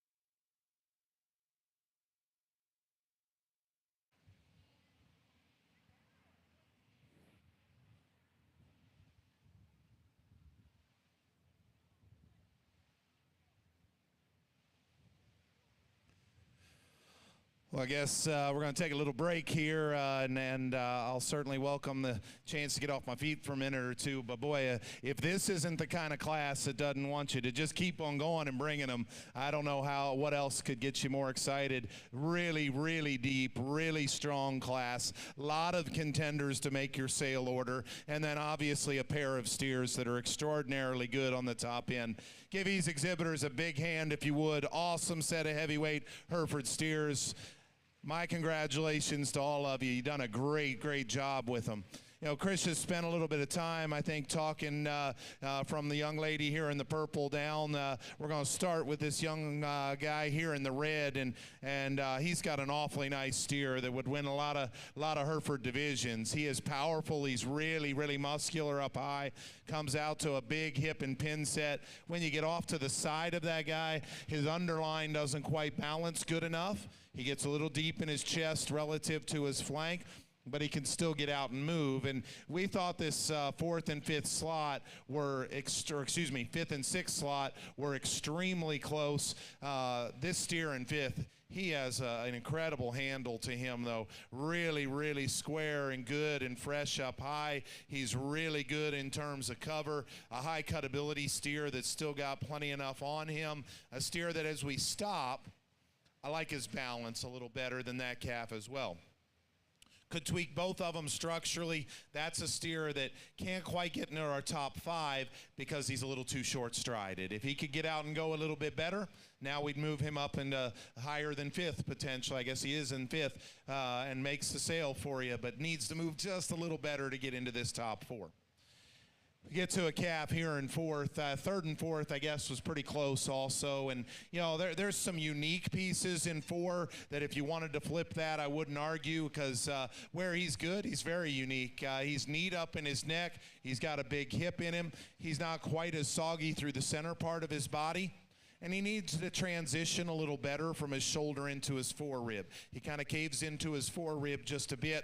And as a result, when you lay your hands on him, especially as you get back over his loin, maybe not as impressive, as square as a couple of these cattle that lead off this class. But I really like the look of that guy. He's unique in his features, a very, very good one. And just to have one like that sitting in 4th is pretty amazing, as is the case for the calf in 3rd. I like both of those steers, and you know, unfortunately, you just run into 2 really powerful ones up here on the top end.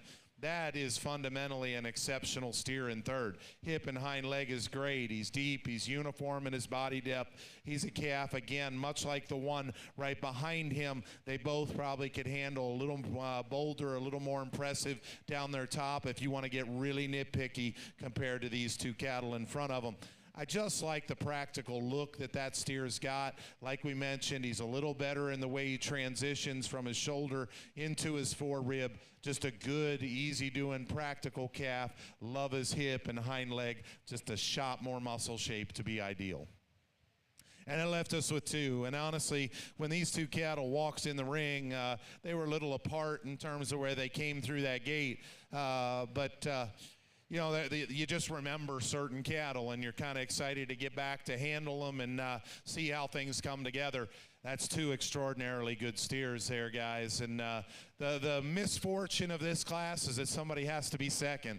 And I don't apologize for that, because you're getting beat by an incredibly good one. But I think that's a pair that's switchable if you want to lay your emphasis in a different area. What is the difference? Look. That's really what it boils down to. It's about look and balance and the way our class winner pieces everything together. He's neater up front. He's smoother in the way that shoulder blends into his body cavity. He remains better in his top line and leveler out of his hip. All of those pieces just consistently stay together better here from the side. And that's what it boiled down to. Because if we want to cut hairs on muscle, you know, yes, does the second place steer have more top in him? Okay. But in my opinion, I'm going to go eat they're going to serve me a steak here at lunch or whatever like yesterday, you know what? I'm into a good ribeye, but once it's 16 square inches, how much bigger it's got to be? Big is big, heavy muscled is heavy muscled, and they're both that. This guy's balance, this guy's show steer look is impeccable here from the side. You know, both of them a little tweaks here and there structurally. They're both sound. By no means is that a determining factor in my book. It's the balance and the look of that guy. This guy's powerful. He's huge topped. He's thick-ended. He's a little heavier boned than the class winner is. Got a little extra sheath, a little extra shoulder. Gets a little easy in his spine. I know those seem nitpicky things. When they're this good, nitpicky sorts it. So congratulations to both of those two exhibitors. Awesome, awesome lineup all the way down. One more time, give those Hereford exhibitors here in our heavyweight class another round of applause. Spectacular set of cattle.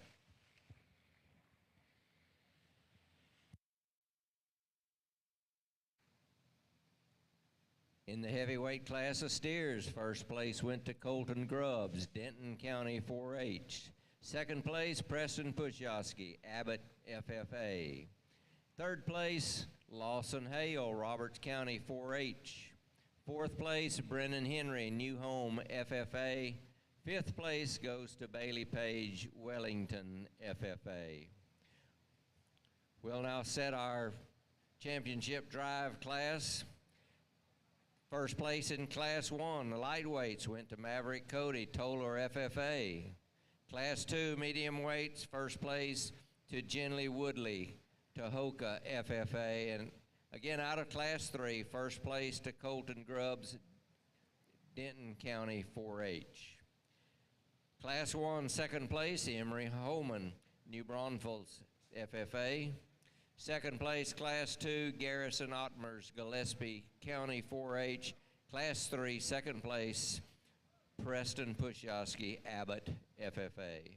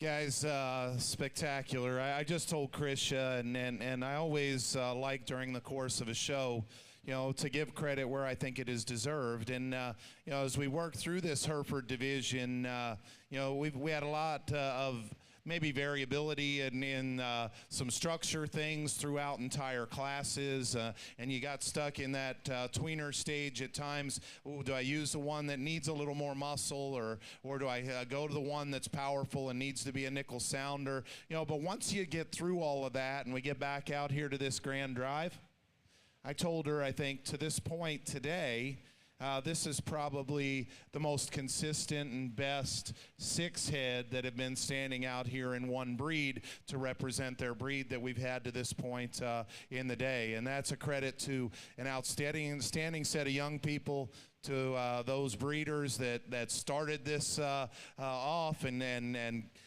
got them mated the right way, you know, to the traders and whoever got them in the hands of these young people. This is really, really fun. And, you know, deep, extraordinarily good. All six of these steers are excellent. Give these exhibitors a big, big round of applause, if you would. Incredibly good.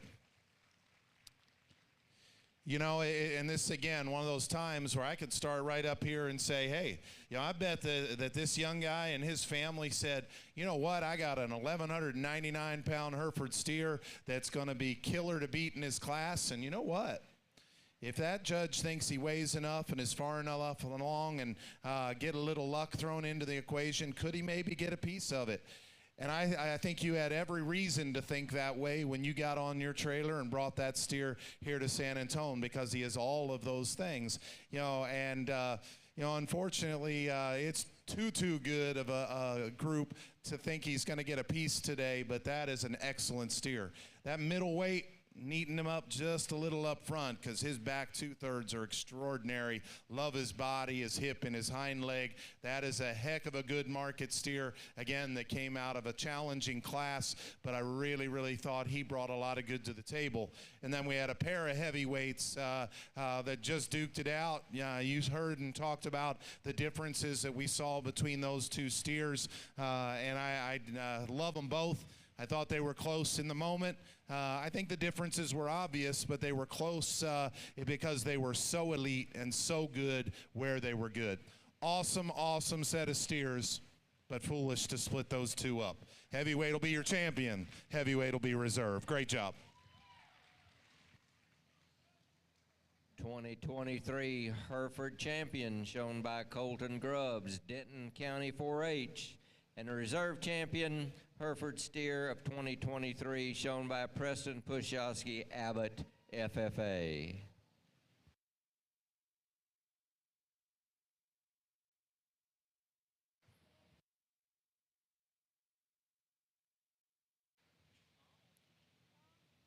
We will now take a lunch break, and we will come back about 12:30.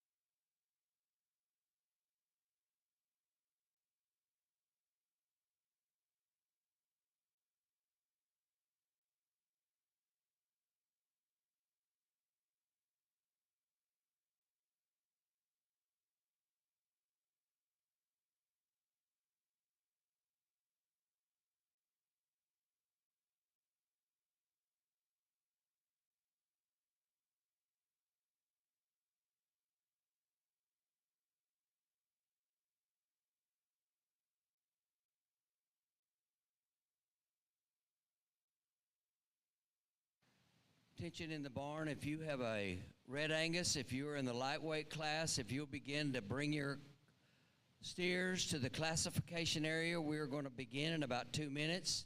So if you're in the first class, you need to start coming to the classification area. If you are in the second class, you need to be getting ready.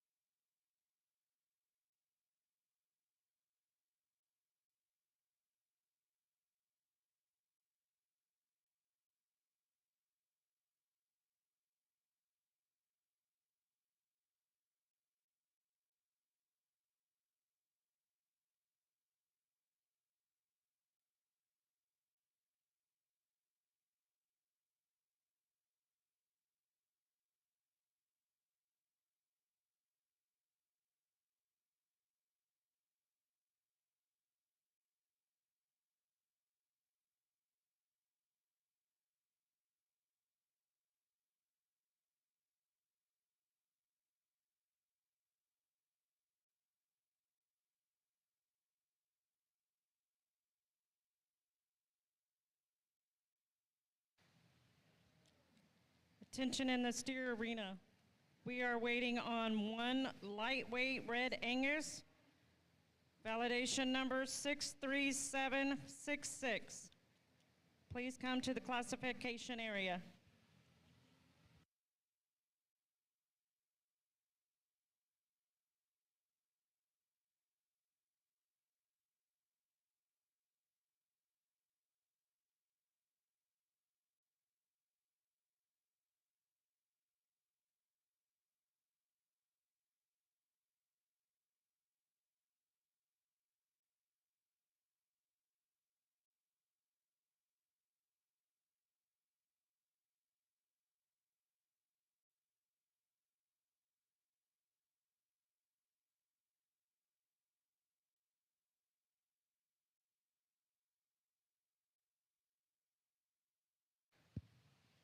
Attention in the barn.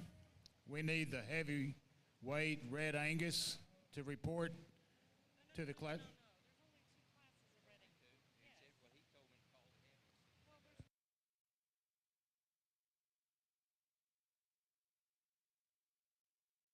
We need the second class of Red Angus steers to report to the classification area. Second class of Red Angus steers, please.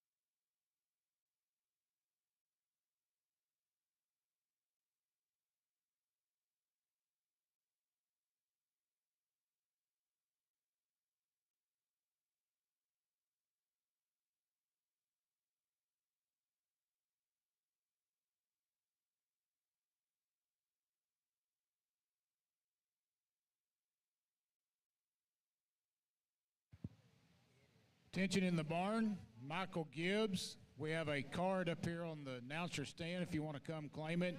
Michael Gibbs.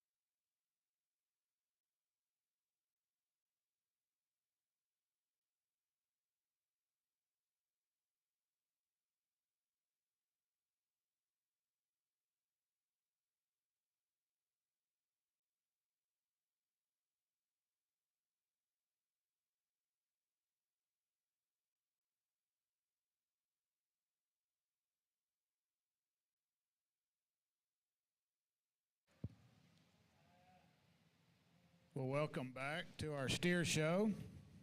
In the ring right now, we have our first class of Red Angus lightweight steers.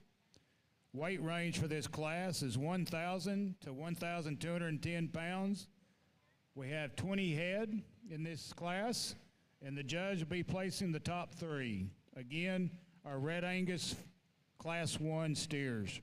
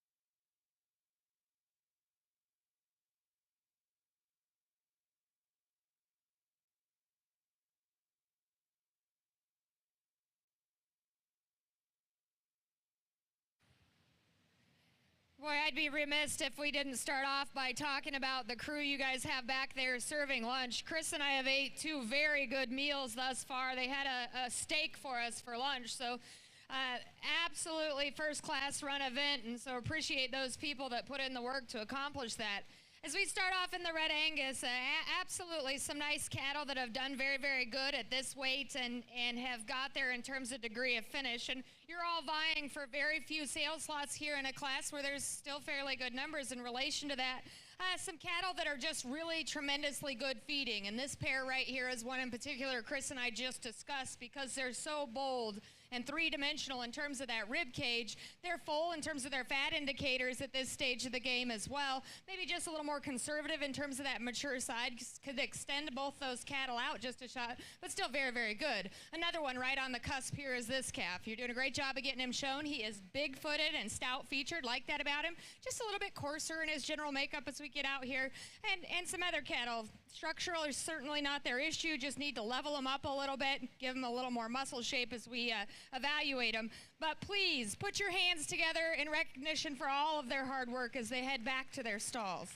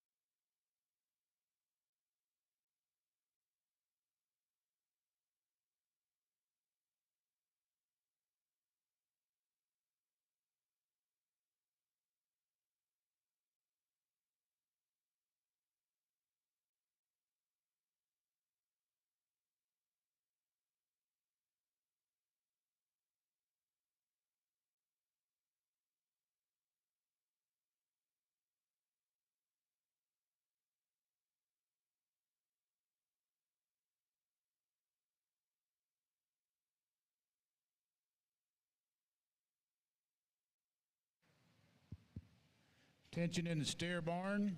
We need tag number 62101. Please report to the red classification area, please.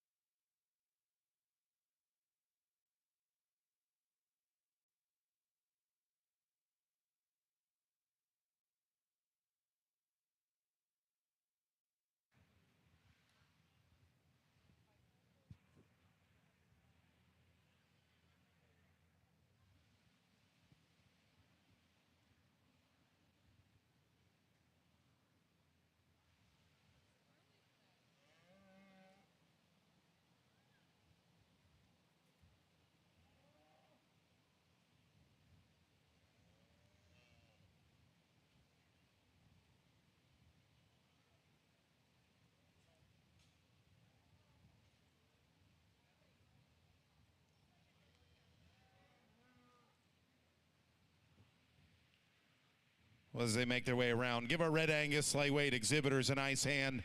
Excellent, excellent set of steers. Great way to start off the afternoon. A lot of quality in here as well, and again, a little like some of those other lightweight classes we've seen earlier in the show.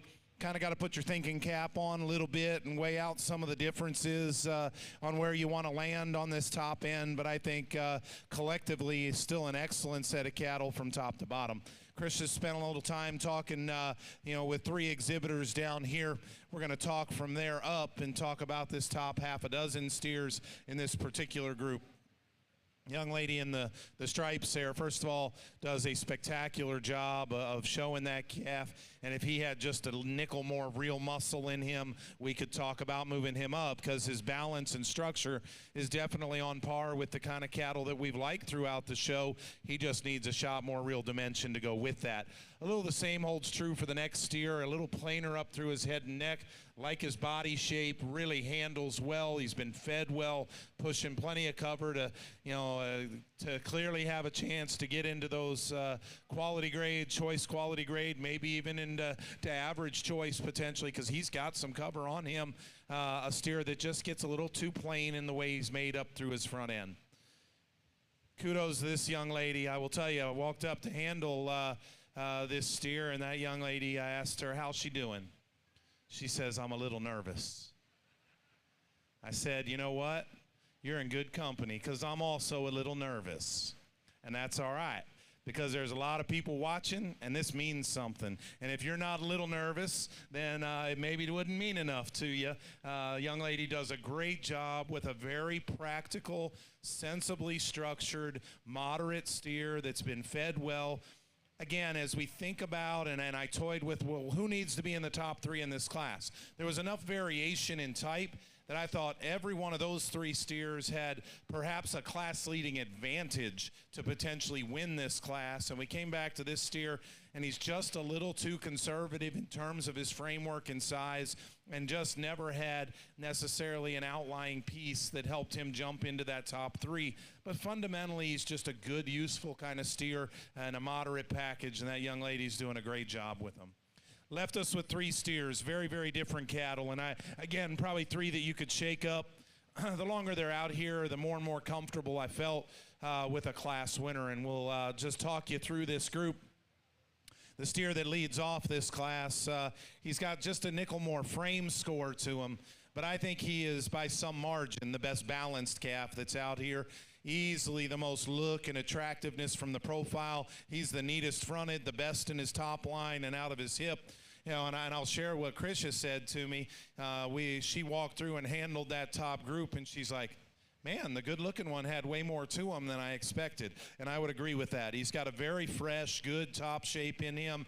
He maybe doesn't have quite as much stifle and lower quarter shape as the calf behind him, but he actually outhandles him down his top. And his balance and look from the profile easily solidifies his spot at the top of this lineup for me. Muscle content and cutability is what sorts 2 over 3 for me.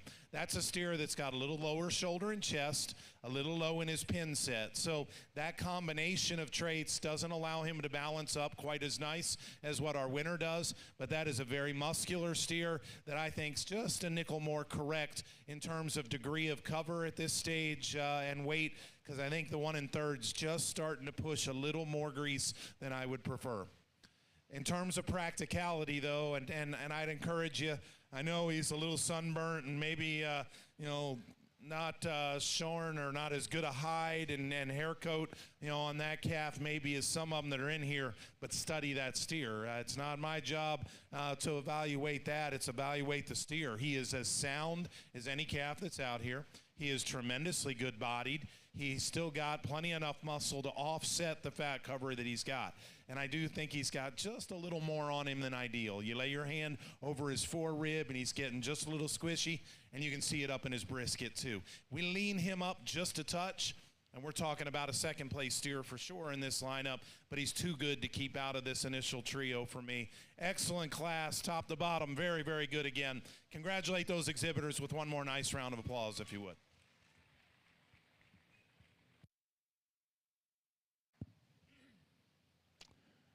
Our results of Class 1, Red Angus. First place, Ava Lee, Live Oak County 4-H. Second place, Macy Jelmervec, Roby FFA. And third place, Avery Pilata, New Bronzeville FFA. Let's give our Class 1 a round of applause.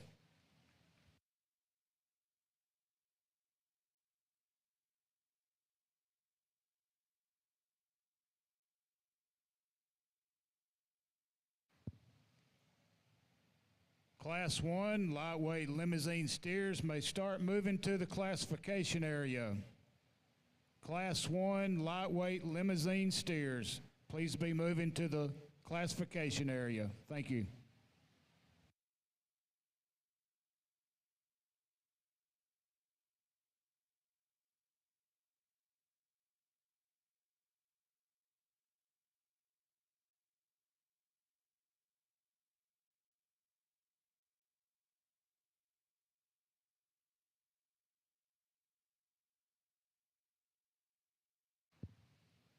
Now coming in the ring is our Class 2, our heavyweight Red Angus. Weight range of this class is 1,211 to 1,500 pounds. There'll be 20 head in this class. Class 2, Red Angus.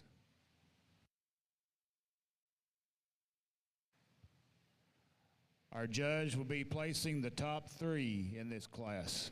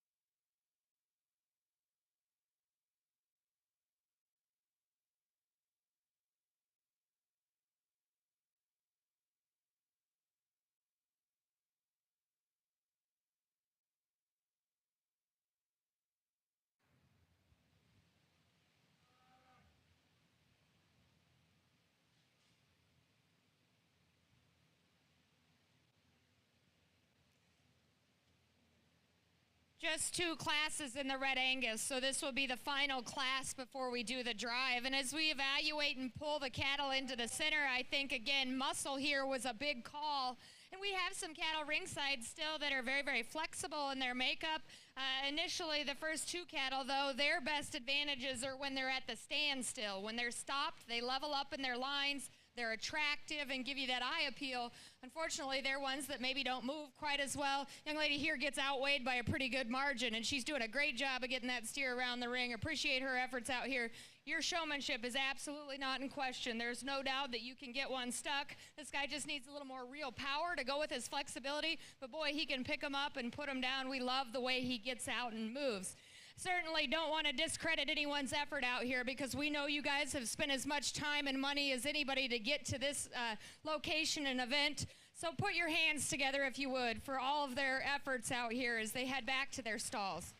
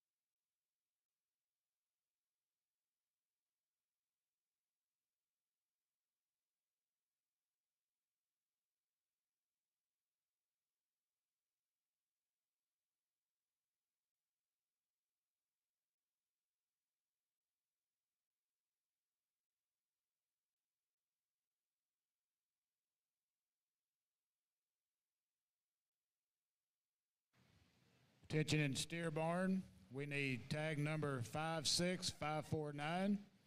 We need tag number 56556. And we need tag number 63784. Please report to the classification area.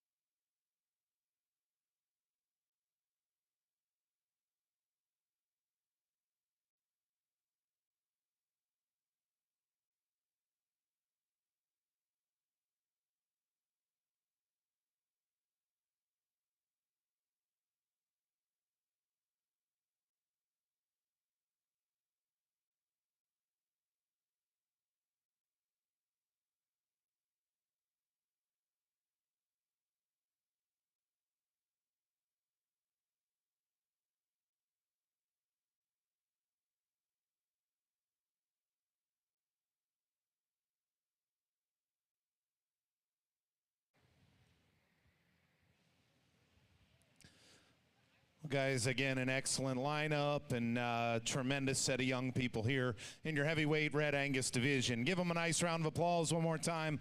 Wonderful, wonderful set of young people, and they got a good set of cattle out here. Chris just spent some time with 3 exhibitors again, and we'll work our way up from there. But an outstanding group and a great set of young people to work with. Big, rugged, performance-driven calf right here in front of me that just needs to balance up better. He's a little too coarse in the base of his shoulder, a little too deep up through his front end, a little up and down as you get down his top line, and in particular as you come out of his hip. I like a lot about that guy from just a basic production standpoint. Just need to make him a little neater to look at. In contrast to that, boy, here's a good-looking one right here. His lines are nice. Young man does a great job of sticking him. He's really, really correct in the way he's made. You watch that calf go away from you. He narrows too much at his base. Just needs to have more muscle dimension built into him to get up here in this upper echelon of this class. A little tougher calf to look at.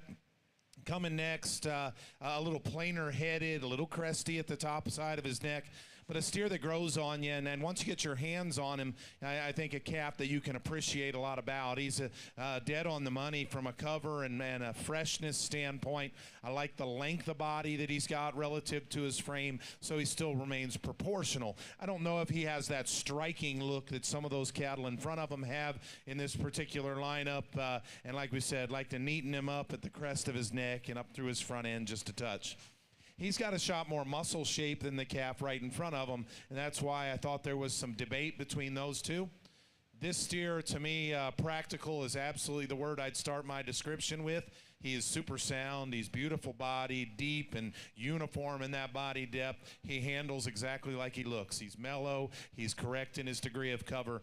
A calf that's just a little plainer to look at. Can get a little easy in his top line at the stand, and he needs a shot more muscle shape to get up with those top 3. But a really, really fundamentally good calf there sitting in the 4th hole for us.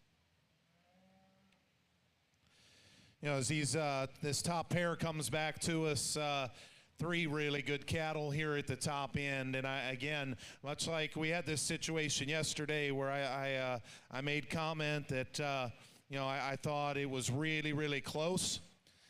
Again, it was really, really close between 2nd and 3rd. There's a winner. He wins easily for us. I think there's the one.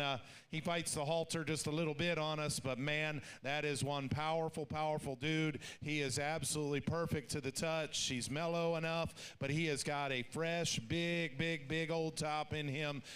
Really impressive over his rib and loin. Up-headed. That neck sets out of the top of his shoulder right. A calf that his angles all read good for as stout structured as he is.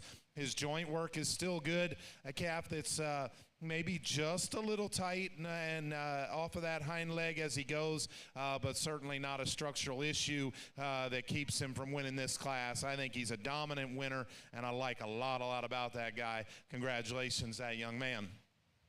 2 and 3 is where he got close. And, you know, this is one of those times where you're just thankful to have great ring help. Thankful to have 2 judges out here that get cattle 2, 3, 4, 5 looks, because he was kind of a pain when you came in the ring, wasn't he, buddy? He just did not give us a good look when he entered the ring. He fought the halter terribly. He was really camping his hind leg up under him when he was in motion, and he still does that a little bit. But finally, he relaxed. You know, we got him on that next lap and a final lap. And you know, I think you start to say, hey, that calf's got too many elite pieces to not get a piece of this class. He is much more like the class winner where he's good. He's neat up front. His chest is in him a little better. He's got a harder, more expressive, more powerful shape as you get your hands down his top. Cutability is definitely going to favor him compared to the steer behind. I'd like to drop him in his flank just a touch. And even though he relaxed, that hip and hind leg structure still needs to be modified a touch, and that's why he can't get around such a good class winner, but an excellent steer in 2nd. It's a good steer in 3rd too, guys. If we could carve the chest out of him to finish off a reasonably good balanced look otherwise, then I probably would have switched that pair. I guess what it boiled down to for me, for a steer that needed to be modified on this hind leg, I don't know that I had that advantage here. This steer does a little the same. He's a little tight in his rear pastern and wants to pop it, knuckle it forward. A good feeding, big-bodied steer that's a little mellower to the touch, and that's why it's close. I just need that chest floor set in better and handle that hind foot and pastern a little better. Excellent class, awesome depth, great set of young people. Yeah, give them another big round of applause. Great set of heavyweight steers here in your Reds. The results of our heavyweight Red Angus class. First place, Austin Earhart, Lubbock County 4-H. Second place, Lincoln Graham, Lynn County 4-H. In third place, Jed Toller, Wharton County 4-H. Let's give our Red Angus exhibitors a round of applause. We will now move into the selection of our champion and reserve champion Red Angus division. First place in our lightweight class was Ava Lee, Live Oak County 4-H. First place in our heavyweight class was Justin Earhart, Lubbock County 4-H. Our second place winner in the lightweight class, Red Angus, was Macy Jelmervik, Roby FFA. In second place in our heavyweight class, Lincoln Graham, Lynn County 4-H. Our judge will now be selecting our Grand and Reserve Red Angus division winners.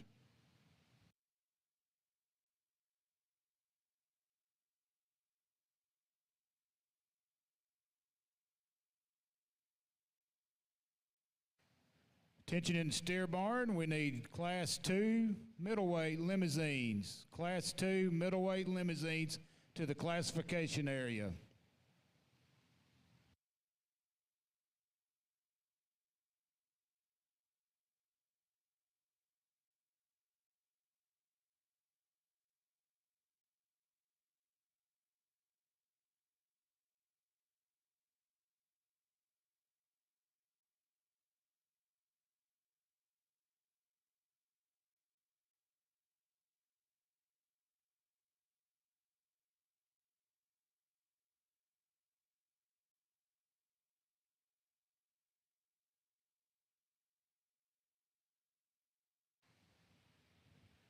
Well, great way to start things here after lunch. Good Red Angus division, and we had a super competitive lightweight class, and a steer that comes out of that class that you know, the longer he's out here, the more and more fond I am of him. Just from a balance perspective, he's very, very good. Is he quite there yet to be truly a market steer? That's the argument you could make. He's still got some maturing left to do. I think that's a steer that would ultimately look his best in another 150 or 200 pounds. To be truthful, I think he'll continue to get better if you had that opportunity. But no doubt, in terms of balance with muscle shape, he's one you've got to appreciate. You know, that heavyweight steer, I think we've probably made no secret to how much I think he dominated in his particular class, and I like giving credit. You know, yesterday or 2 days ago, I should say, those of you that are here and watched all day, it doesn't always mean it was the best individual you see every day or throughout the day. But, you know, when an animal dominates their contemporaries, I like giving that credit. And this is a powerful, powerful steer. And he is still tremendously good looking. He has hind legs right on the edge of his skeleton as he goes away, but I think he's still plenty sound enough in his structure. No denying who needs to be the champion. Young man, bring that heavyweight calf on out. That's your winner.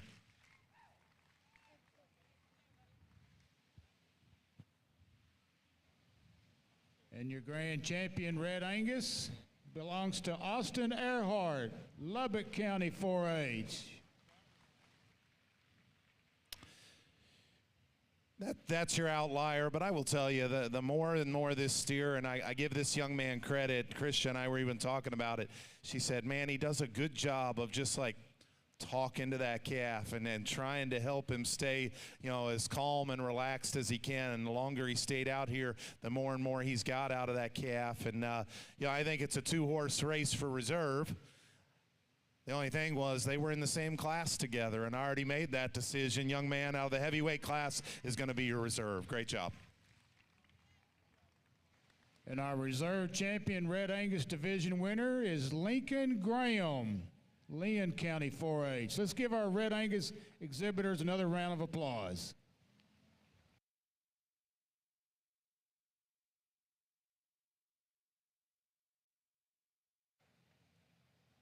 We'll now be moving into our Limousin breed division.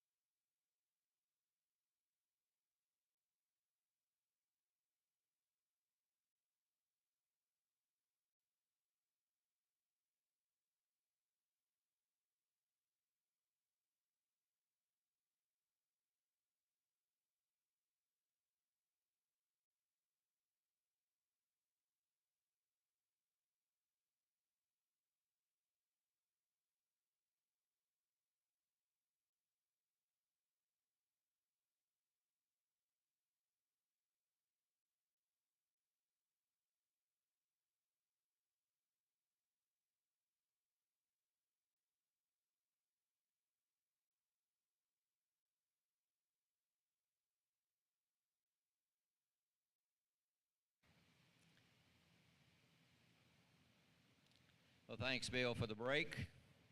And we will now move into the Limousin, our first class.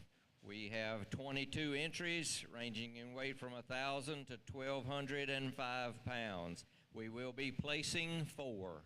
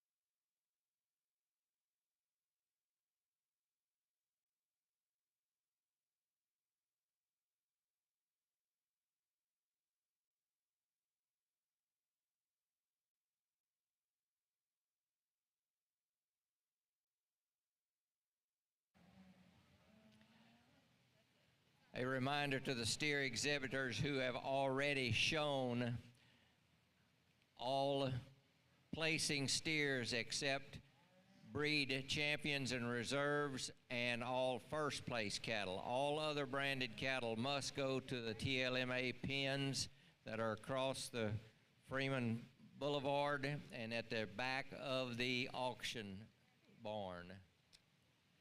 If you happen to have a steer that is non-placing and you wish to sell, you can take it to TLMA pens. Floor price is $1.57. And if you do so, make sure you take your green disposition card with you.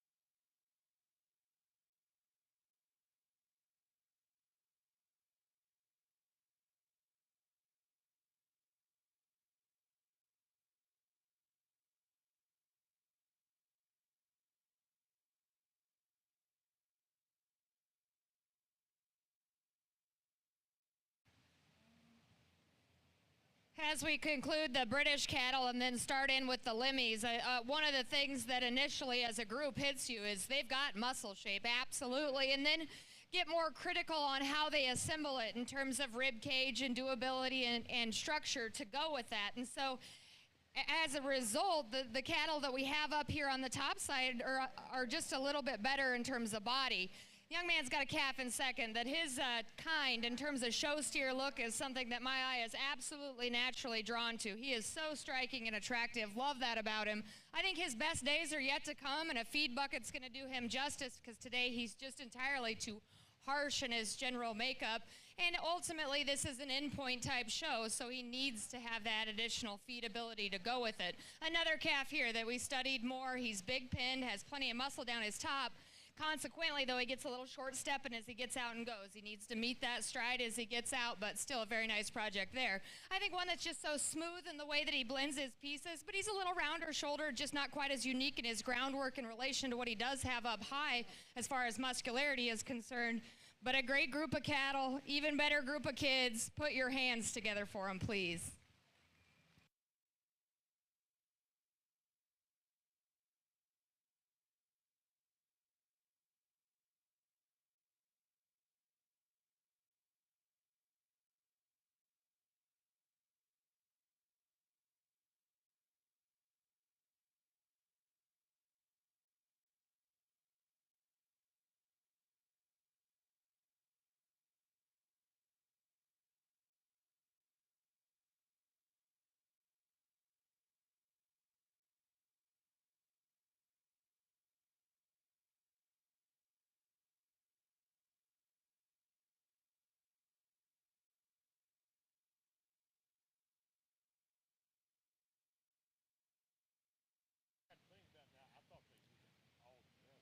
One more time, an announcement that we have found a hotspot, Sierra Wireless hotspot, and it's up here at the announcer stand.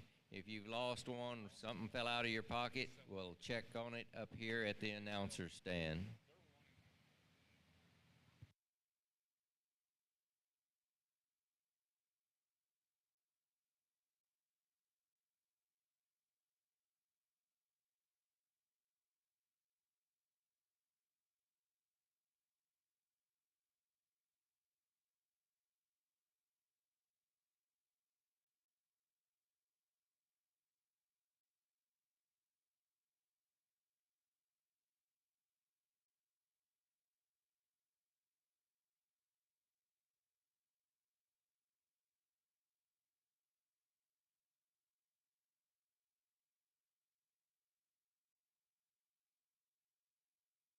Attention in the barn, middleweight limousine class, we're looking for steer tag number 61198. Again, limousine steer tag number 61198. We need you at classification immediately.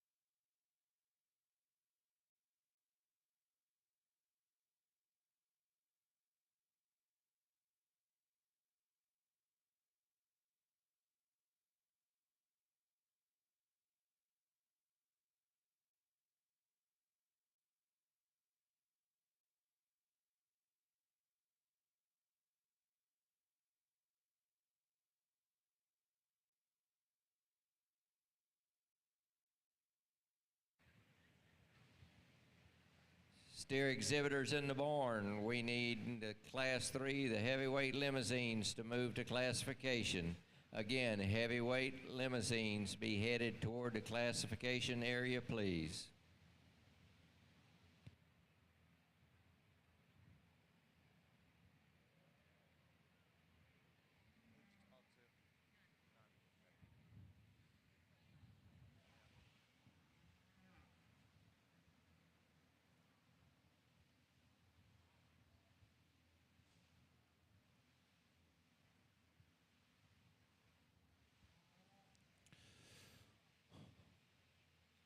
Well, for those of you around ringside, joined us for the limousine show, give these exhibitors a big round of applause here.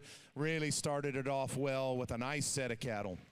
You know, as we wait on those from the scales, we'll start down here and talk about a young man's calf that's sure got plenty of muscle to play. He's big-topped. He's really got a square shape there over the edge of his loin. To me, his issues are twofold, the biggest being his hind leg structure. Just too rigid in the way he handles that hock. Just needs to go better in that hip and hind leg. He's also one that's plenty mature in his look about his head for me. In a lightweight steer, I think they still should have a more youthful look about him, perhaps, than what he's got, but a nice steer. Guys, this is an interesting calf that's right in front of him, and you know, if he would handle his spine different in motion, then we would definitely stand a chance at moving him up a couple of spots. But it's obvious, even standing, he roaches it too much. And truthfully, it's a product of his hock. His hock's built too straight, a little like that one behind him. I like his neatness up front. I like the turn of his rib and body cavity. He's got a muscular top shape in him. Fix that hock, and then all of a sudden his spine would come back together. You know, here's a calf right in front of him that's a little looser in that regard. His top line, I like his hip and hind leg better than those. But you go to the other end of his structure, and that's where he has some slight issues. He starts to push forward in that knee, starting to buckle forward a little bit in that regard. A calf that's mellow to the touch and needs a shot more muscle shape as you lay your hands down his top. The next calf, and we had, you know, really some debate, and I mentioned this yesterday. I hope everyone knows how hard we are studying these cattle, not just at that end, but right here. And I understand 4 make the sale. And I know what that means to you guys, and I promise you my selection between 4th and 5th, I took as much time as I did between my selection of 1st and 2nd. This calf right here, if his hocks were better, he'd be 5th. He's just too straight and tight in the way he goes off his hind leg. He's got a little more look than the calf in front of him. He's very, very muscular. No more muscular than that one, though. Here's probably the biggest surprise of the class is to lay your hands on the young lady's calf that ends up sliding into that hole for us here on the top end. I like his extra extension up front. His feet and leg structure are as good as anything that remains in this particular lineup. As you back off of the cattle, that's a steer that just needs to have more softness and depth to his center body to really finish off him with a more practical kind of look. But his feet and legs are good, and he has got a huge, huge big top in him, really, really fresh to the edge of his loin. And actually, even though he's a little shallower, he's got enough cover over his last couple ribs to at least call him adequate in that regard. Left us with 3. And guys, as we analyze these 3, I'll be honest, here at the top end, I never considered starting with anything other than this young lady's calf. I think he wins pretty comfortably in here. Give her a nice round of applause. I think a pretty dominant winner here that starts off our limousine show. You know, certainly power's the first thing that draws you in. Big-hipped, really, really bold-bodied, a steer that handles extremely well. At the stand, I think everything's proportionate. There's maybe sleeker-necked steers that have been out here, but his underlying balance is he's very uniform in his lower body. He's stout in his structure. Be honest, I love his hind leg at the stand. He is almost just a bit too long in his rear pastern, so it gets a little soft. And then when he gets out in motion, he wants to snap it just a little bit when he goes. If we were going to fix him to be perfectly ideal, that's the place I would go. Man, the set of it looks great. He's stout-boned. He's still clean enough in his joint work. I just like to shorten that pastern, as crazy as it may sound. I think that would help the way he handles it when we get him out in motion. But that is an excellent, excellent calf. to me, it was a decision all along on what was going to go second. You know, and first of all, I'm going to compliment the young lady in third, because your showmanship ability is part of what makes this so close. And she does a spectacular job of giving me a good look at that calf every single time. As I really analyze them, though, I don't think her calf's any better balanced. In fact, as I really analyze it, this young lady in front of her, she's got a neater necked calf. His neck comes out of the top of his shoulder a little bit better. He's got a little more outward turn and shape to his quarter. A little more difficult to lay your hands on. He's got a little bit of sunburn, and he's got just a little flaky skin, so he's not as smooth when you first touch him. But if you really analyze degree of finish and uniformity of finish, he's excellent. I really like his lower body. I think they're very comparable in motion. We could change them both just a tick in the way they handle their hock and hind leg, but very, very sound in their feet and leg structure still. I just see more elite pieces in the yellow calf here that's in second up through his front end, and like I said, that outward turn to his quarter. Just simply because of the way this young lady handles him, this steer in third's top line always stays so nice in him. And yes, that's a piece of balance, but it's not the only piece of balance. As we tuck into those, or tie into some of those other pieces, I've alluded to some of the advantages that I find there. That's a calf, though, that, you know, as we start to analyze his structure, they both could move a tick better. I'd like to see that guy set his front feet quite a bit straighter forward. He really toes them out, and then clean up this hock joint just a little bit.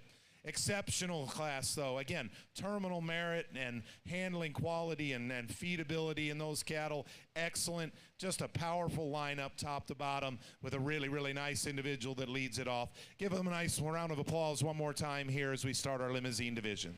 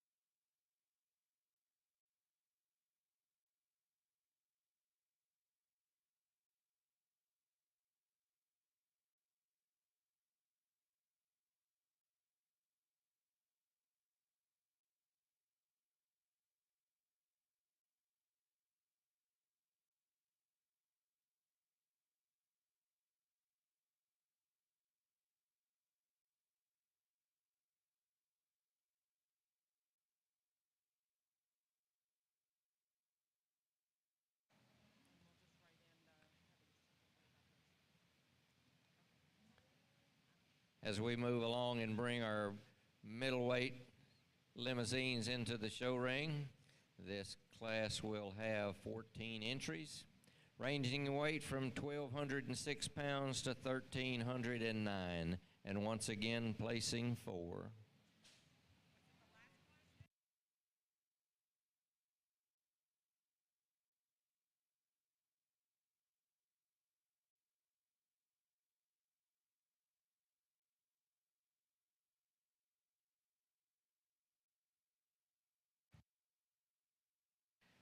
And in the lightweight class of the limousine division, first place went to Percy Torres of DeWitt County 4-H. Second place, Cash Meyer, Goliad County 4-H. Third place, Kenzie Brown, Van Vleck FFA. And fourth place to Kara Gadino of Brown County 4-H.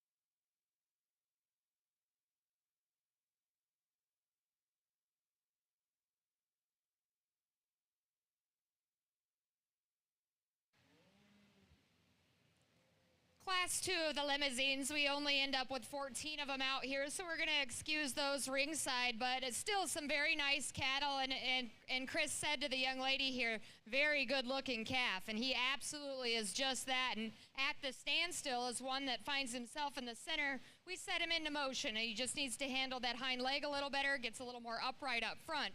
Another calf, he's really smooth in the way he blends his pieces, a long-bodied kind of calf, but he has to have more true boldness and squareness, wider at his pen set, and carry that advantage down to the ground. Livestock showing, unfortunate events happen. Young man looks like a calf that maybe has an injury here, but boy, is he one that looks like he went to the feed bucket in terms of depth of body. Another extremely nice class. A big round of applause.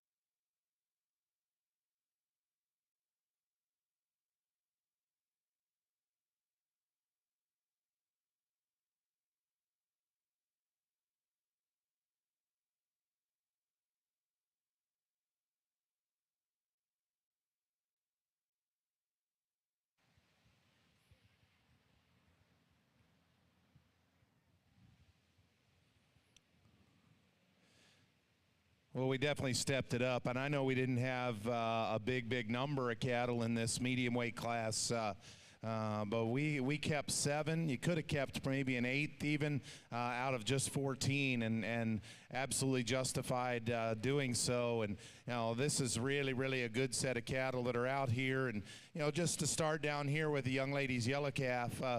From a terminal standpoint, that steer is exceptionally good. He is really high cut ability. He's got a great top shape, tons of quarter and turn to his quarter and stifle. A calf that's still got an adequate look about him. His issue is structurally, and it's that he's just too tight and rigid in that hock to the point he's getting some puffiness on that hock on us. But compositionally, that is an excellent steer.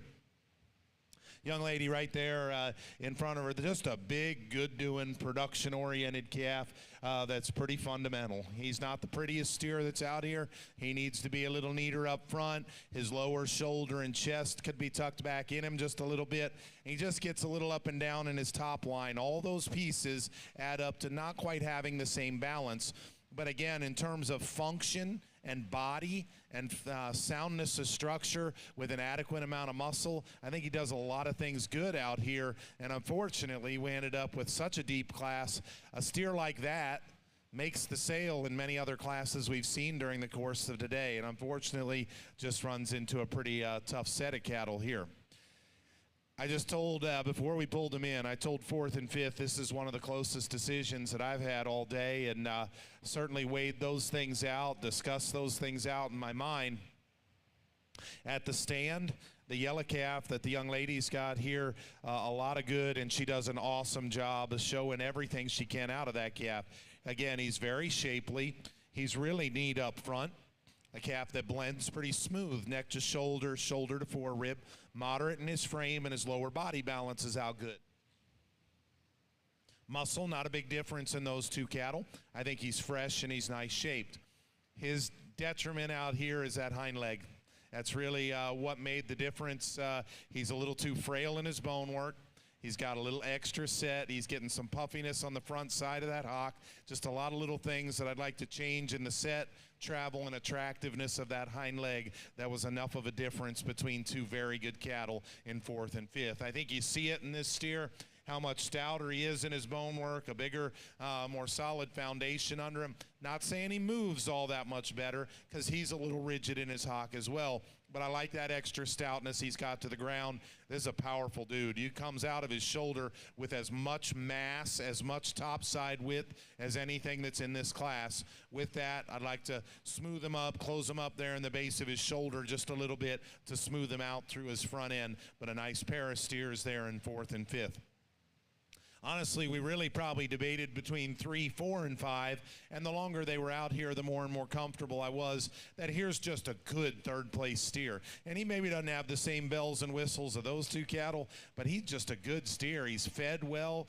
He's one that's not got the same kind of real square, aggressive top shape as the cattle on either side of him, but I love his body depth. I love the degree of finish that he comes to us with. And again, these 3 cattle from a structural standpoint have a big edge over the ones that follow him. He just needs to have a little more look, a little more extra out here from a show ring standpoint to get into this top pair. Because guys, this top pair is really good. And give them a nice round of applause on an excellent pair of steers here that are going to lead off this class. And when they each hit the ring, and the young man's was kind of in the middle of the pack when they came in, and then the young lady was one of the last 2 steers that walked in. And when both of them hit the ring, I knew we were going to have a very strong top end in this class. The longer they're out here, though, to be truthful, guys, I love this 2nd place steer, but that one wins. He wins, and he wins comfortably. That is a good-looking dude, and everything about balance favors him. He's so much longer and neater up through his front end. His top line is beautiful, awesome hip and hind leg set, still handles it good at the travel. I'm not going to tell you muscle is an advantage. In fact, 2nd place steer might be just a little more expansive down his top. but that's not the difference maker. They both handle hard and shapely and fresh as you get down their top. At this weight pushing right against 1,300, they're both very nice in terms of degree of cover. That one just has got a look that separates him pretty comfortably within that pair. I don't want to think the young lady, have her think I don't love this steer, because I do. You just ran into one that's a pretty tough customer. Awesome pair of cattle here on the top end, but look at that, guys. That is a great set of Limousin steers here in our middleweights. If you would, give them one more big hand here as they head out of the ring. Excellent set of cattle. Congratulations.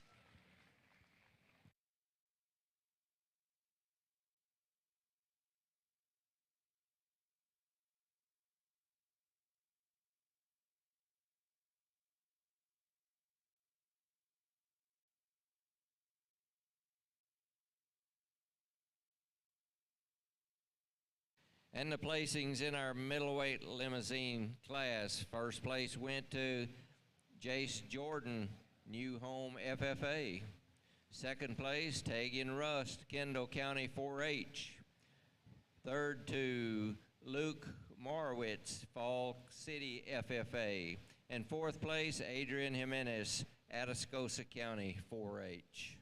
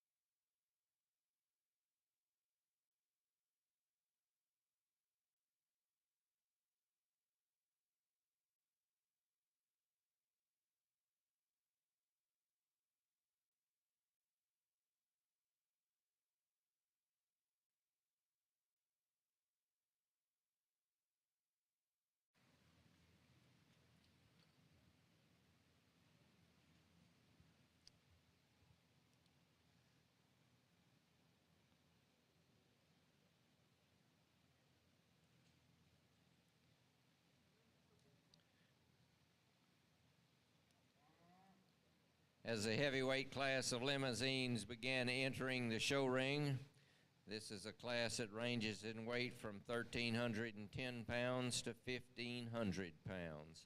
Again, placing 4.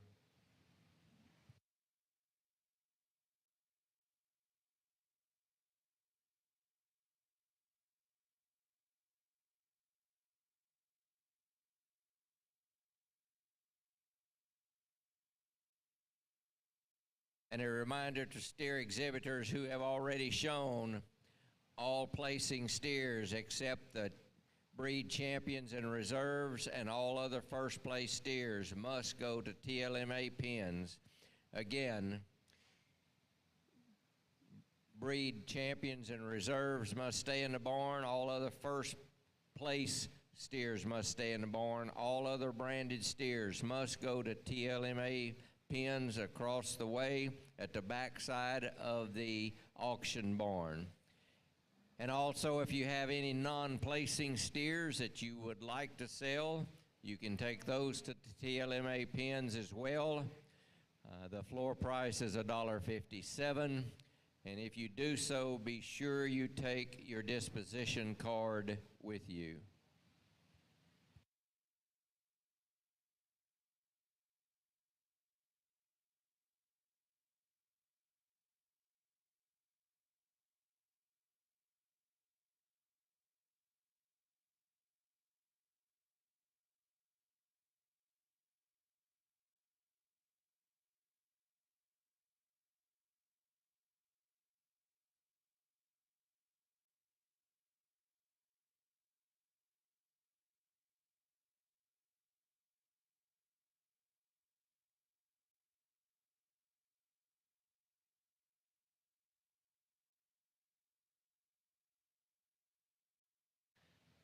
This heavyweight class of limousines will have 20 entries.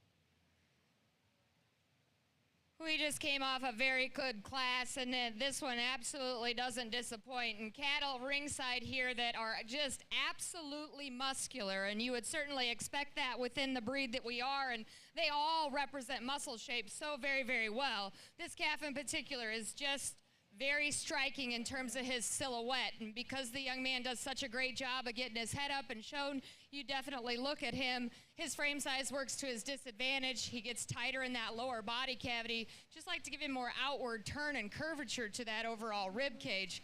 Young lady here with the scarf, this calf, I watched him from the time he came in, and so did Chris, and we both are in love with his muscle shape and his absolute power. And Yeah, he's unrivaled in that category, maybe even an entire class. It just comes with a hiccup from a structural standpoint. We'd like to see him get out and motor a little bit better.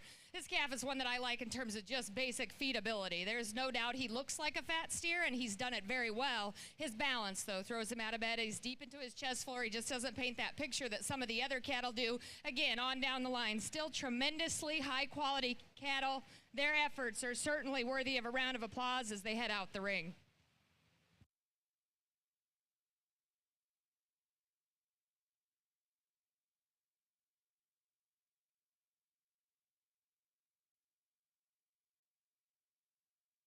Attention steer exhibitors in the barn.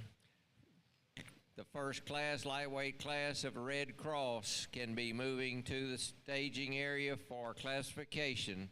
Again, our first class of Red Crosses can be moving toward classification.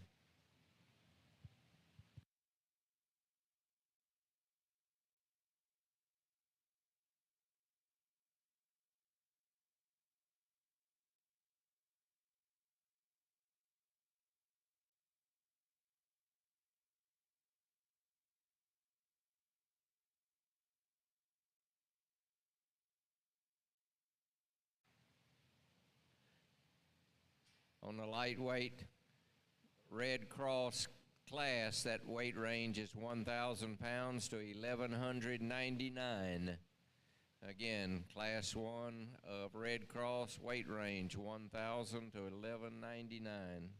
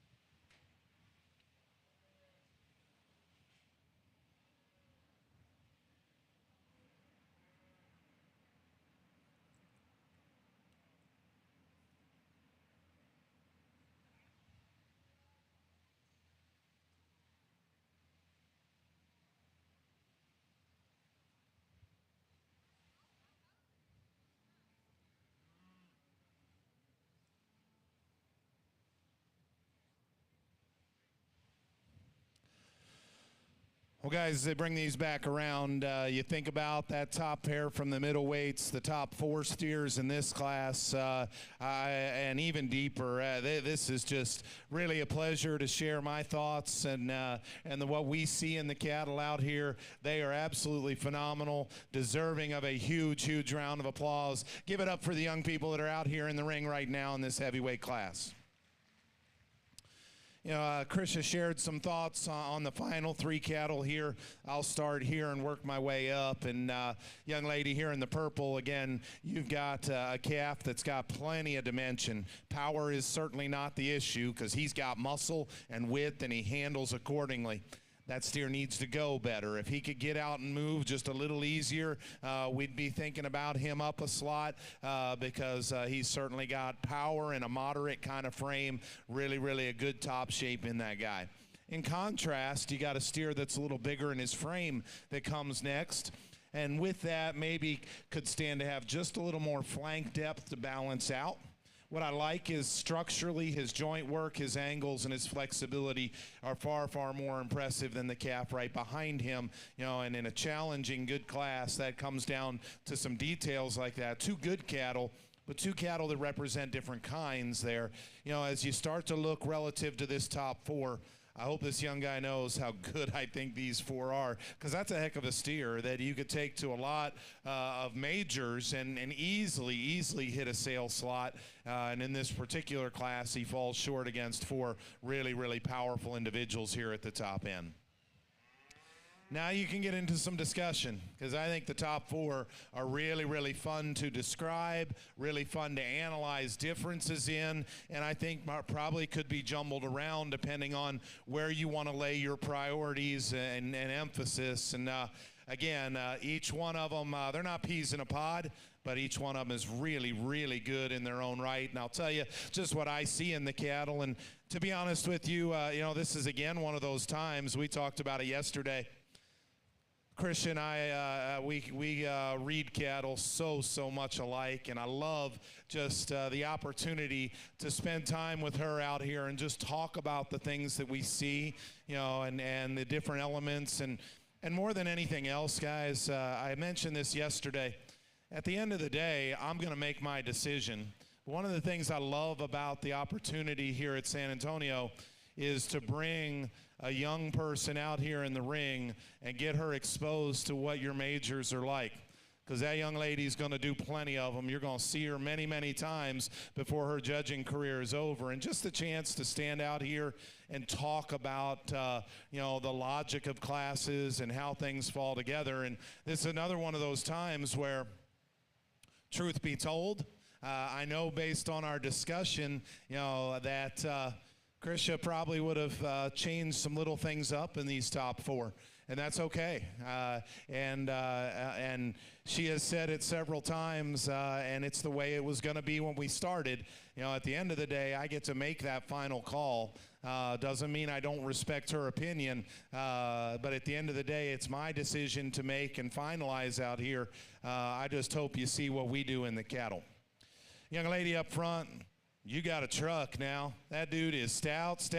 He is so bold. He is so powerful, so big-hipped and massive, but so unique in the fact that he puts it together with the skeletal quality that he's got. Not just stout structured, but he moves. For a big, heavyweight, stout, powerful steer, he gets out and goes. And then you come to lay your hands on him. Another example of a steer, and I didn't even ask what he weighs. He weighs in an acceptable range. He's probably one of the heavier cattle that's out here because he's so massive. He needed to weigh what he weighs because he is absolutely perfect in terms of degree of cover. Is he the sleekest necked one out here? No. Yeah, you could pull a little chest out of him to be perfect, but his symmetry and his balance is still there. That's a good-looking calf.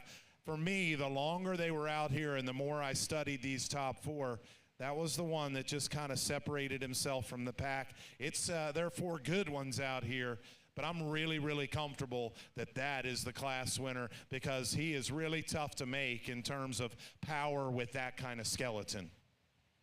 You know what's also tough to make is showmen like this guy. Holy cow, does he ever get after it? And I really appreciate what he does out here. Congratulations to him. And you got a good-looking calf, and the way that he sticks him highlights everything I already love about that steer. He is so well-balanced. He is so flexible. He is so good out in motion. He is not the most powerful steer out here, and if you really want to split hairs, he might very well be the lightest muscled steer of the top 4. They all have muscle. I am not going to sit here and tell you that steer needs to be beat because he's light muscled. He is slightly lighter muscled. I think that calf's still got plenty to him. He's very uniform in his degree of cover. His balance and the way his pieces fit together, I know both of these two steers are clean fronted. I actually prefer his front end over the third place steer because it's got a little bit of an easier feeding, more practical look about it. I like the way he transitions into his forerib. I like the way his tail head sits into his top line, and he stays a little more relaxed in his spine at all times versus the steer here in third. Those were the differences between a pair of steers here that are very, very eye appealing, very attractive, and catch you at first glance. This guy handles like velvet, man. He's got just a little more hair, too, but, man, you lay your hands on him, and I'm sure you can even kind of see it from a distance. He is so smooth. He is so good to lay your hands on, just presented immaculately out here to us. A very intriguing steer. You know, like we said, he's kind of choke-throated and clean-necked. Whether you think that's perfect or for me, I see him a little flatter and narrower muzzled. I'd like to stouten him up in his jaw just a little bit. But he's got a really good shape behind his shoulder, probably a tick better than that calf right in front of him. I really like the set and the travel of his hind leg, much like I do that calf in front of him. It was a bunch of little things. We already mentioned it, his jaw, his forerib, right there in the middle of his back where it gets just a little tight where you loin him, and then that tail head. I know that feels nitpicky. I understand it. But I also hope you know that that's part of my job out here when they get this good. I want you to know I love your steer, but I'd want to know if I came to town with a steer this good, I at least want to know what a steer saw that wasn't quite good enough. And that's what it was for me today. Be proud that you're in that sale order because you darn sure deserve it. That's a heck of a good steer there as well. And then standing the fourth place steer out of this group, he's a stout meat wagon now. Big old top, thick-ended. I would say of the top 4 steers, 1 and 4 are the 2 heavier muscled cattle. When you watch this guy go away from you, he needs to be loosened up in his hock. That's really what it boiled down to. Hock to ground, he wasn't quite good enough. A little coarser and up in that tail head, but that is one stout, big-hipped, good handling, great carcass steer to finish out our top 4. Give those exhibitors one more big round if you would. Excellent set of cattle here. This is going to be a fun championship drive.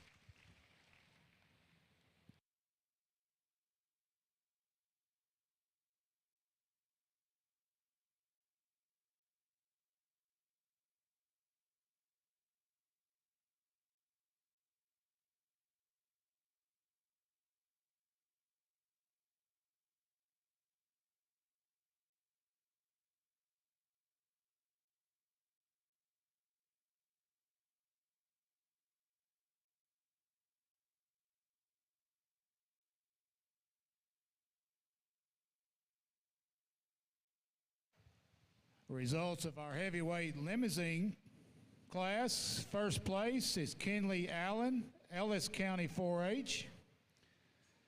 Second place, Jet James from Grayson County 4-H. Third place, Sloan Moss, Lufkin FFA. In fourth place, Cooper Way, Wilson County 4-H. Let's give our heavyweight limousine exhibitors a round of applause.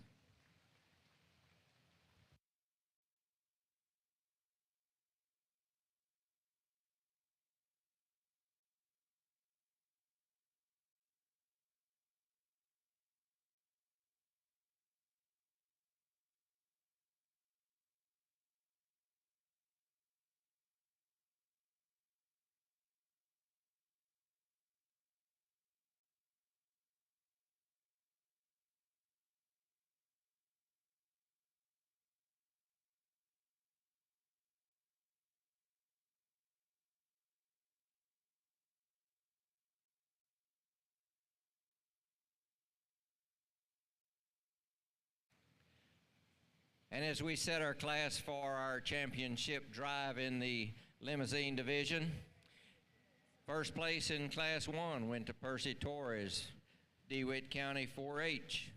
First place in Class 2, Jace Jordan, New Home FFA. And out of Class 3, first place went to Kenley Allen, Ellis County 4-H. Out of Class 1, second place went to Cash Meyer, Goliad County 4-H. Second place, Class 2, Tegan Rust, Kendall County 4-H. And out of Class 3, second place to Jet James, Grayson County 4-H.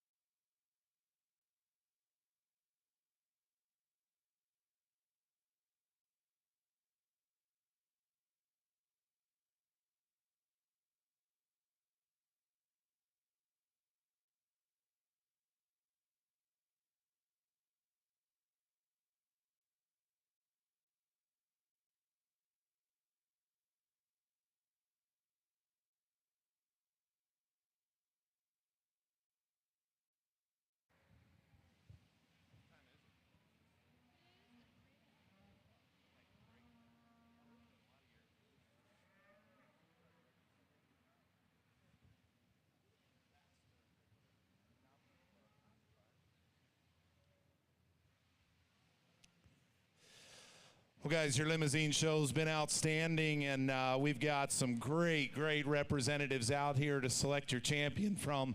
If you would, help me congratulate these young people one last time. Awesome set of cattle. You know, this was a very good lightweight class, and I don't want to take anything away from him. That's a calf that has a lot of good. We talked about that rear foot and the length of that pastern maybe causing him to be just a little awkward when we set him in motion, but still a pretty comfortable winner in that class because of the things that he put together, power, finish, and quality-wise. But I don't think there's any question. I don't want it ever to come off negative because that lightweight class was excellent. The heat came in the middle in the heavyweight classes, though. No doubt about it. There were 2 steers in that middleweight class that are incredibly good. There were 4 steers in that heavyweight class that represent 6 Limousin cattle at the top end of this breed show that are extraordinarily good, that you could defend multiple different ways and not be wrong. You know, as we get them back out here, and again, I mentioned yesterday, you know, weight, you know, everybody wants to know, well, what's your perfect weight? What's your perfect weight? I mentioned it Tuesday. There is not a perfect weight. There is a perfect weight for every steer. Okay? And I really believe in that. Not every animal is designed to finish it perfectly at the same exact weight. Their frame score, their muscle pattern, you know, all of those things contribute to what weight they need to go to. Middleweight steer weighs 1,300 pounds, and I think that's a great weight for him. You know, the heavyweight steer weighs, you know, upper 14s, and that's what he needed to weigh. You know, that's irrelevant to me. It's not a placing factor. You don't win because you're bigger. You don't get beat because you're too big in this case, because I think both of them are in the window of acceptability.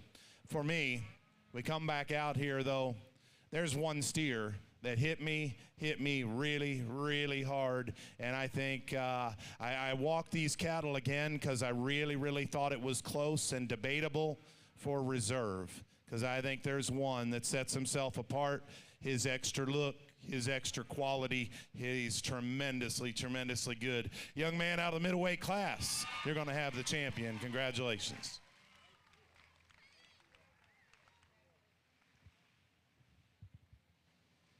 And the champion Limousin of 2023, shown by Jace Jordan, New Home FFA.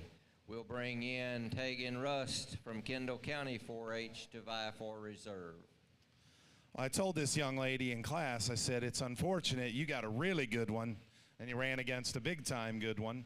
And I still think you got a really good one, and this was my decision. This is, honestly, these 2 steers standing right here are the reason why I walked them an extra time, because I really wanted to get and feel extremely comfortable on where I was going to go for reserve. And the longer they're out here and the more I read front-end structure in particular, that was the slight deciding factor between 2 extremely good cattle to be reserve in this particular breed. Our heavyweight will be reserve. Congratulations, guys. And the reserve champion Limousin, shown by Kenley Allen, Ellis County 4-H. Congratulations to all of you here in the show ring. A great job here this afternoon.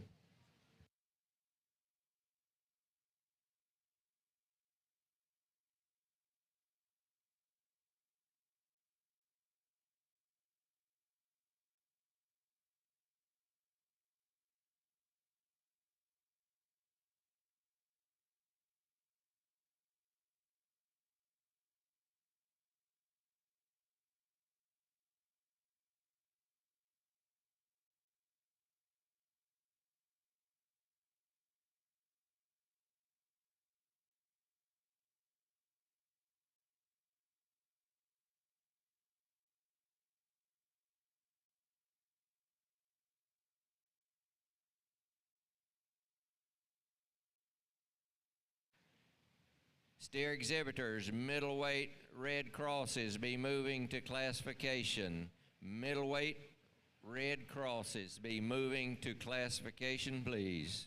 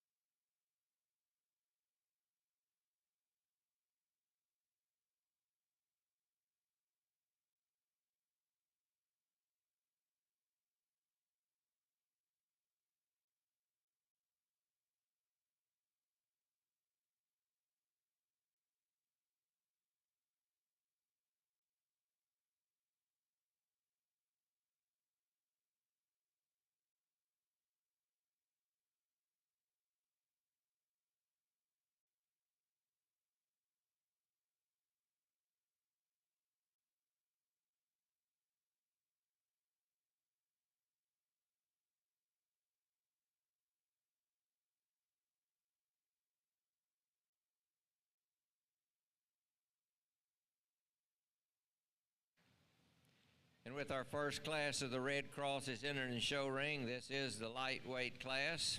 There are 55 entries, ranging in weight from 1,000 to 1,199 pounds. We will be placing 5.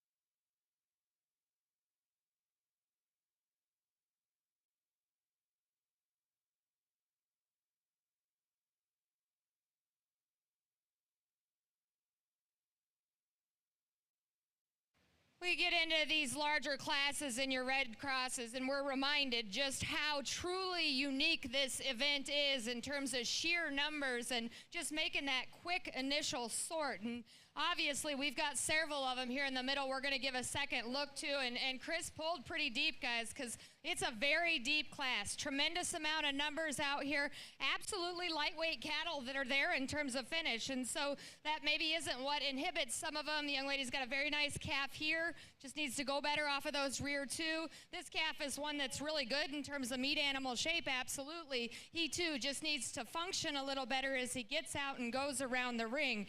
Obviously, we're looking for that ideal combination of structure with cattle that yet still give you some show ring eye appeal, and ultimately they need to be heavy muscled to go with it. We've got a couple Hereford marked cattle that are just good, easy feeding, solid kind of cattle, but need more extension and just wow factor and look to read up any higher. Another one, super level in his design. This guy is monster footed, super flexible in his makeup. He just needs more raw power and meat animal shape as you get behind him.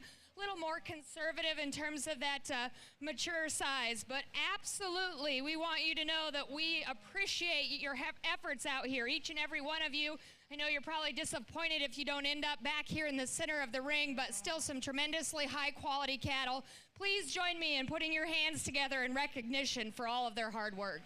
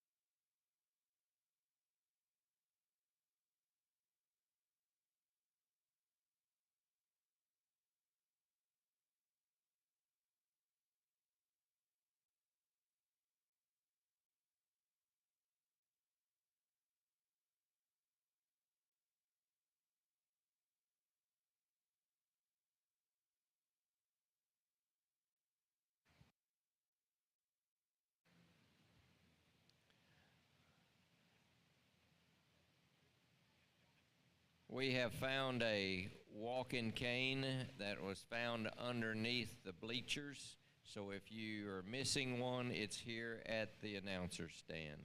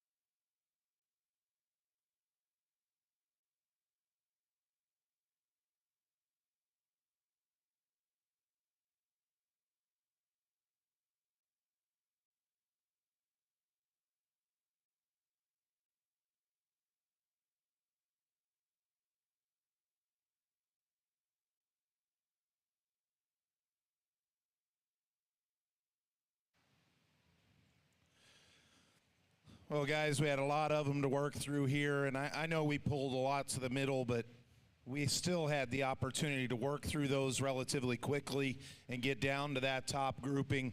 Krisha has spent time talking the majority of the cattle with these young people out here and kind of the things that we see in them that maybe kept them from being in that top cut.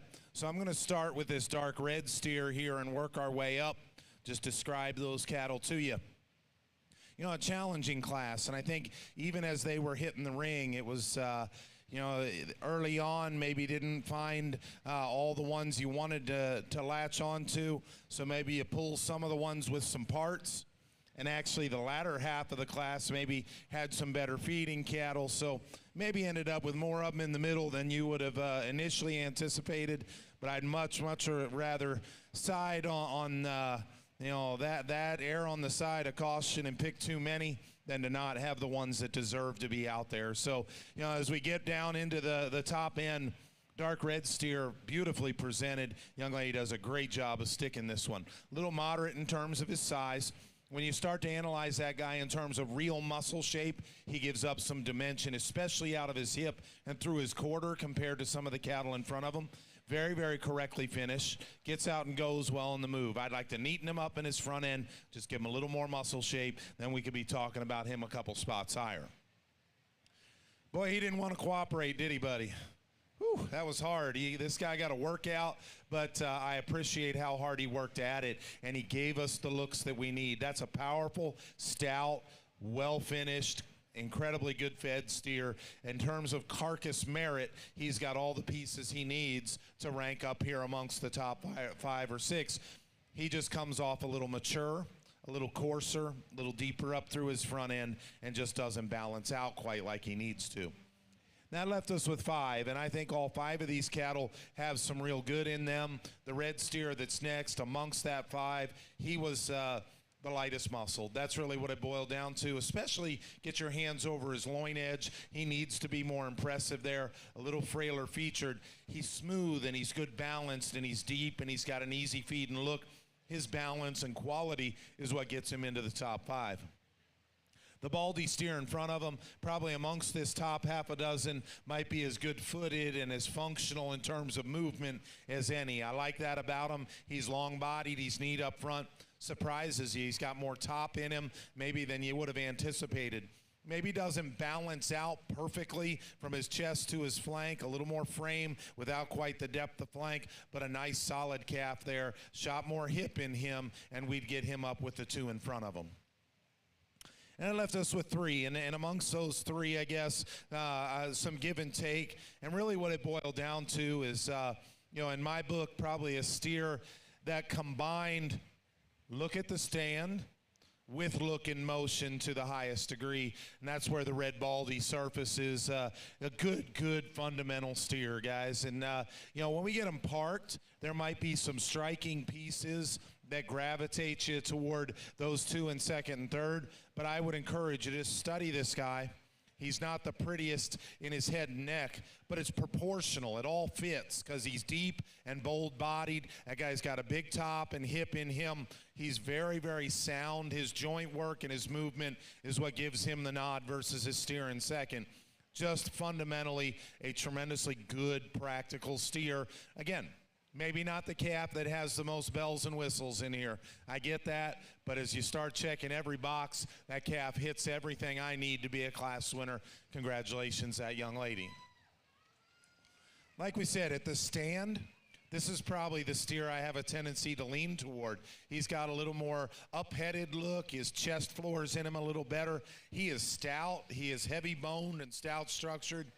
If he'd just get out and handle that hind leg a little better for us, I'd switch that pair. He's just a little too tight in the way that he goes, really off both ends, but especially out of his hind leg.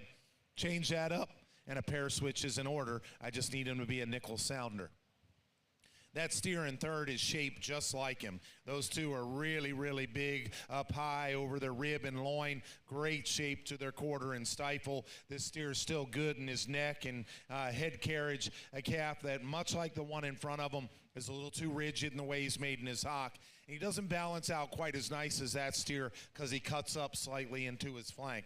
but big top, thick-ended, high cutability, really muscular calf that's still got some look about him. Excellent lineup, lots of cattle obviously in that class, but it's deep and it's good, and those young people deserve a round of applause one more time. Give it to them here in our first lightweight Red Cross class.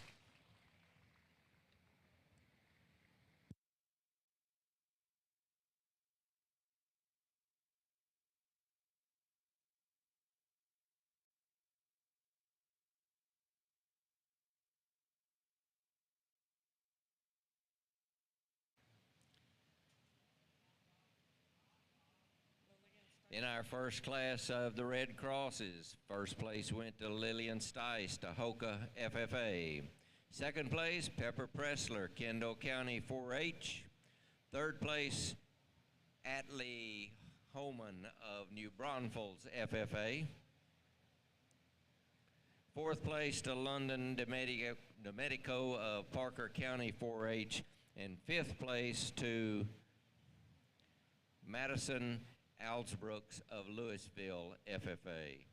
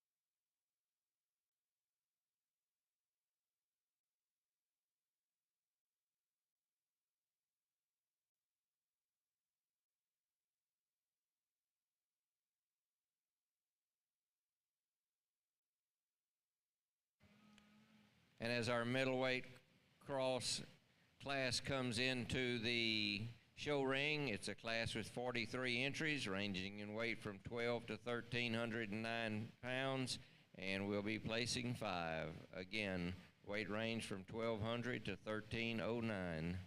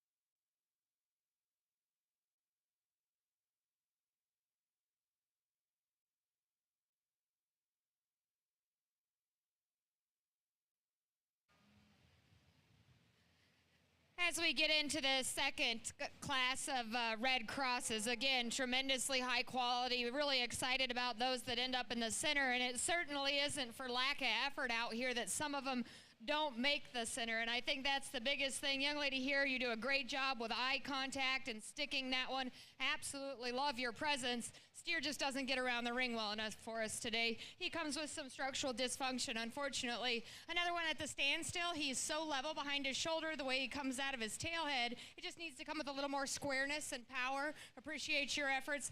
Absolutely notice your calf, and it's because of your showmanship job. You do a great job of drawing me in terms of attention. We get back to his hip, and I'd like to modify him there, but you get up to the front side of his skeleton, he's smooth-shouldered, he's extended up front. We just like to change him in that area. Another one, plenty of power. You two do a great job, just not quite as attractive off of both ends of his skeleton. If we could change him there. I told the young lady when I handled this one, he is an eater and a feeder, right? And that's what he looks like. He looks like a calf that's gone to the feed bunk and done his job.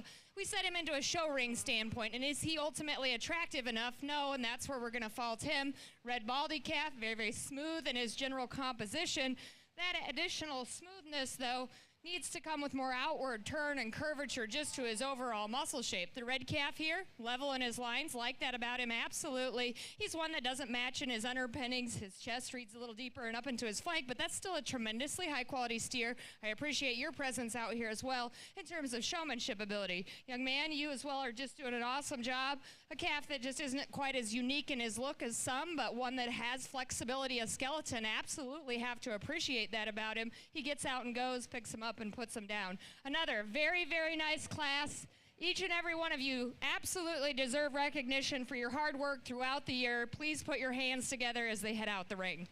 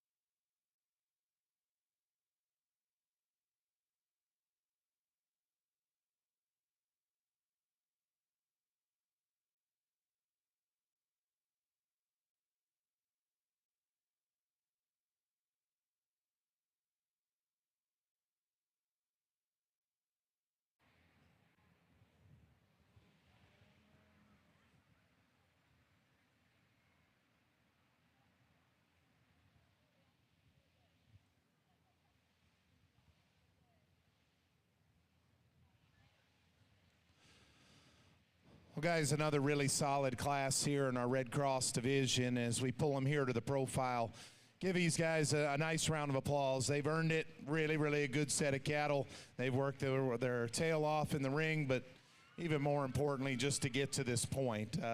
You know, as we kind of work through this particular class, Chris has talked with 3 exhibitors. I'm going to start right here with kind of the pale-skinned steer and work our way up. And I think a lot of give and take in this class. And you know, probably a lot of debate in my mind everywhere from 2nd to 6th. I scrambled, you know, at different times, probably thought some different things in these cattle. But ultimately, I think your first impression, it's tough to get a look on this pale-skinned steer. And sometimes when they're, you know, surgically shorn that tight and he's got a little paler skin, you got to give him some time to analyze them. But your first impression is thrown a little off. Compositionally, he's incredibly good. The guy's got a big top. He's very uniformly finished. He's on the money from that regard. It's his balance and his structure that keeps him out of the top 5. And that guy's, you start at the ground, he's a little too long-toed. He's got too much set to his hind leg, both front and rear. He doesn't sit him down square and true enough. You come up from there, and he rounds in his hip, a little up and down in his top line. So all of those pieces take what is a great carcass steer and leave him short from a show steer perspective, and that's why he doesn't quite make this top cut for us.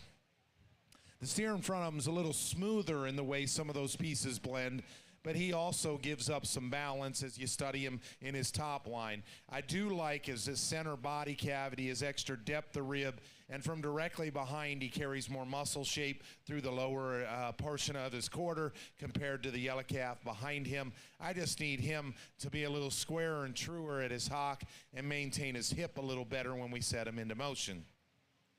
So it kind of left us with 4, and I really debated here. 2, 3, and 4, I think, are very, very close, and I think you got to dig in, you got to analyze these 4 cattle to really find the differences in those 4 here in the top end. But I will tell you, it did not take me long at all to find my class winner. The Red Baldy steer is an easy winner in my book.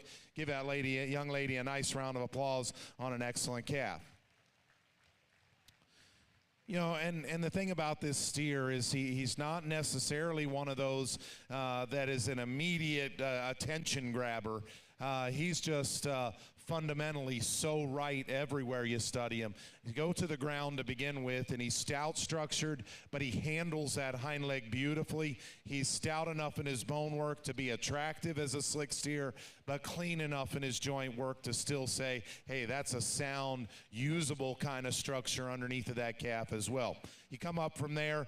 Is he the heaviest muscled steer in this class? No, but he's fresh, and he's very good in his top shape. He's got plenty of hip in him. He's uniform. He's very, very fresh from a degree of cover standpoint. He can lose his top line every now and again. He gets stopped, and he gets easy in his top line. Honestly, I think it's a product of him being so functional and flexible in his structure, because when you watch that guy go, you can go ahead and walk him out for us. Go ahead. As you watch that guy pull into motion, the first thing that happens is his top line comes right back together. I think really, really a nice calf that leads it off. It's a tough read on the Hereford Mark steer that's second. Again, a little like the yellow calf, where he's so dull-skinned, you don't quite give him credit maybe that he deserves right off the bat. Analyze that guy, though. I think there's a lot of good in him. I think this pair became my closest decision in this particular class. They're different on muscle. The red steer's got more hip shape, more lower quarter. You actually lay your hands on them, and the baldy calf might have just as much, if not more, top. So I kind of threw muscle out the window, and really what I preferred in the baldy steer is his freedom and ease of motion and the way that he got out, especially out of his front end as we start to analyze structure. A calf that's a little longer up front. I don't know that he's any prettier up front. He's a little cleaner at the base of his neck. The shape of his head, the crest of his neck could be changed just a little bit. This guy handles really, really good. I like his degree of cover, and I like his top shape. I think a close pair, because the red calf, as we said, has a little more mass and hip shape as you step in right behind. A little coarser shouldered, a little open in his shoulder, not quite as smooth in the way those pieces blend together. Also, as you come back to his tail head, you could sit that into his top line just a little better. A lot of little things, but that's the difference between 2 and 3, and I think it's really, really close. Our fourth place steer then just closes up a little bit from a muscle standpoint. He needs a little more dimension. I kind of like the fact that he's deep and easy feeding. I still read his structure to be very comparable to those cattle. A little patchier to the touch and just gives up a little too much in terms of dimension. Excellent class, good depth, really nice individual to lead it off. Give him one more nice round of applause here in your middleweight division.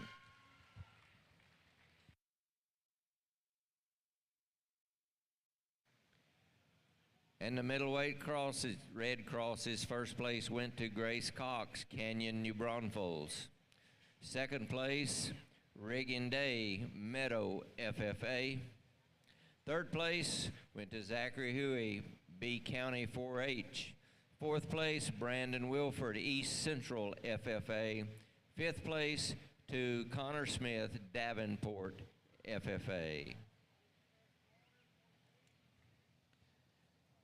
Attention in the barn, we need steer number 60915 for our heavyweight class of Red Crosses. Again, looking for steer number 60915. You need to bring your steer forward immediately.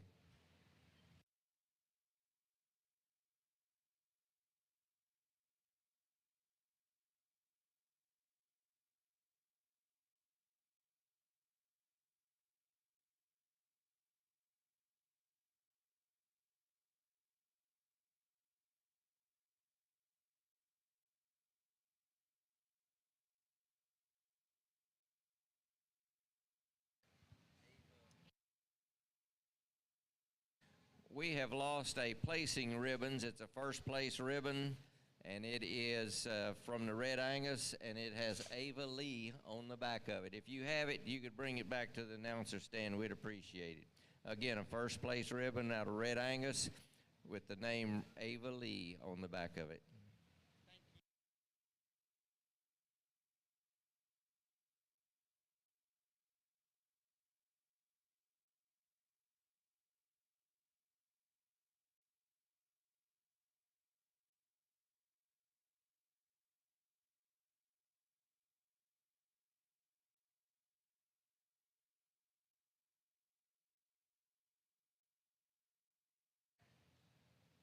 And as we bring in the heavyweight class of the Red Cross division, our final class for the day, the weight range will be from 1,310 pounds to 1,500 pounds. And again, placing 5.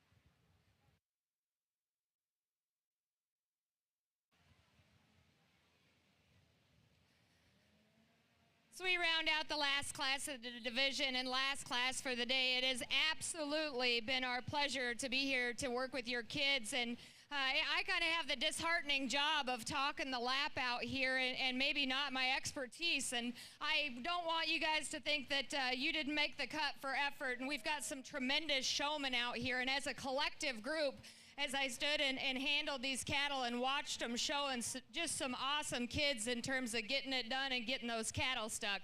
A really muscular guy headed out of the ring, dimensionally wide, absolutely not a question of muscularity. All that added muscle shape ties him up as he gets out and steps around himself on the go.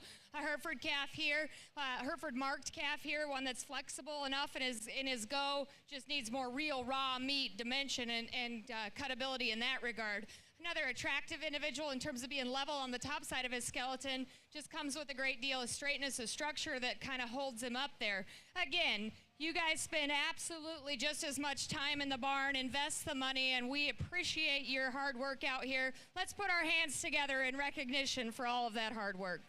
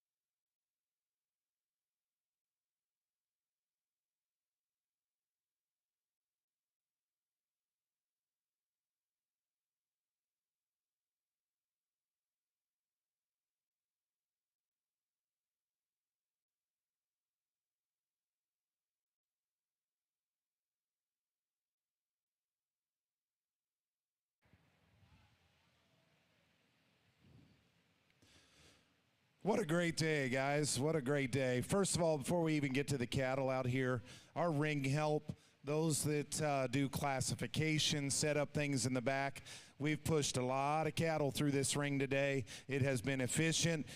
We've motored through it, and every single young person has got 3-4 looks, and we've got to talk about them all and really make sure, you know, whether you agree, disagree with the final outcome, I can promise you it was not because you didn't get a fair shake and look out here. Help me in thanking all of our ring help and those that have been part of the day to make it go as smooth as it has.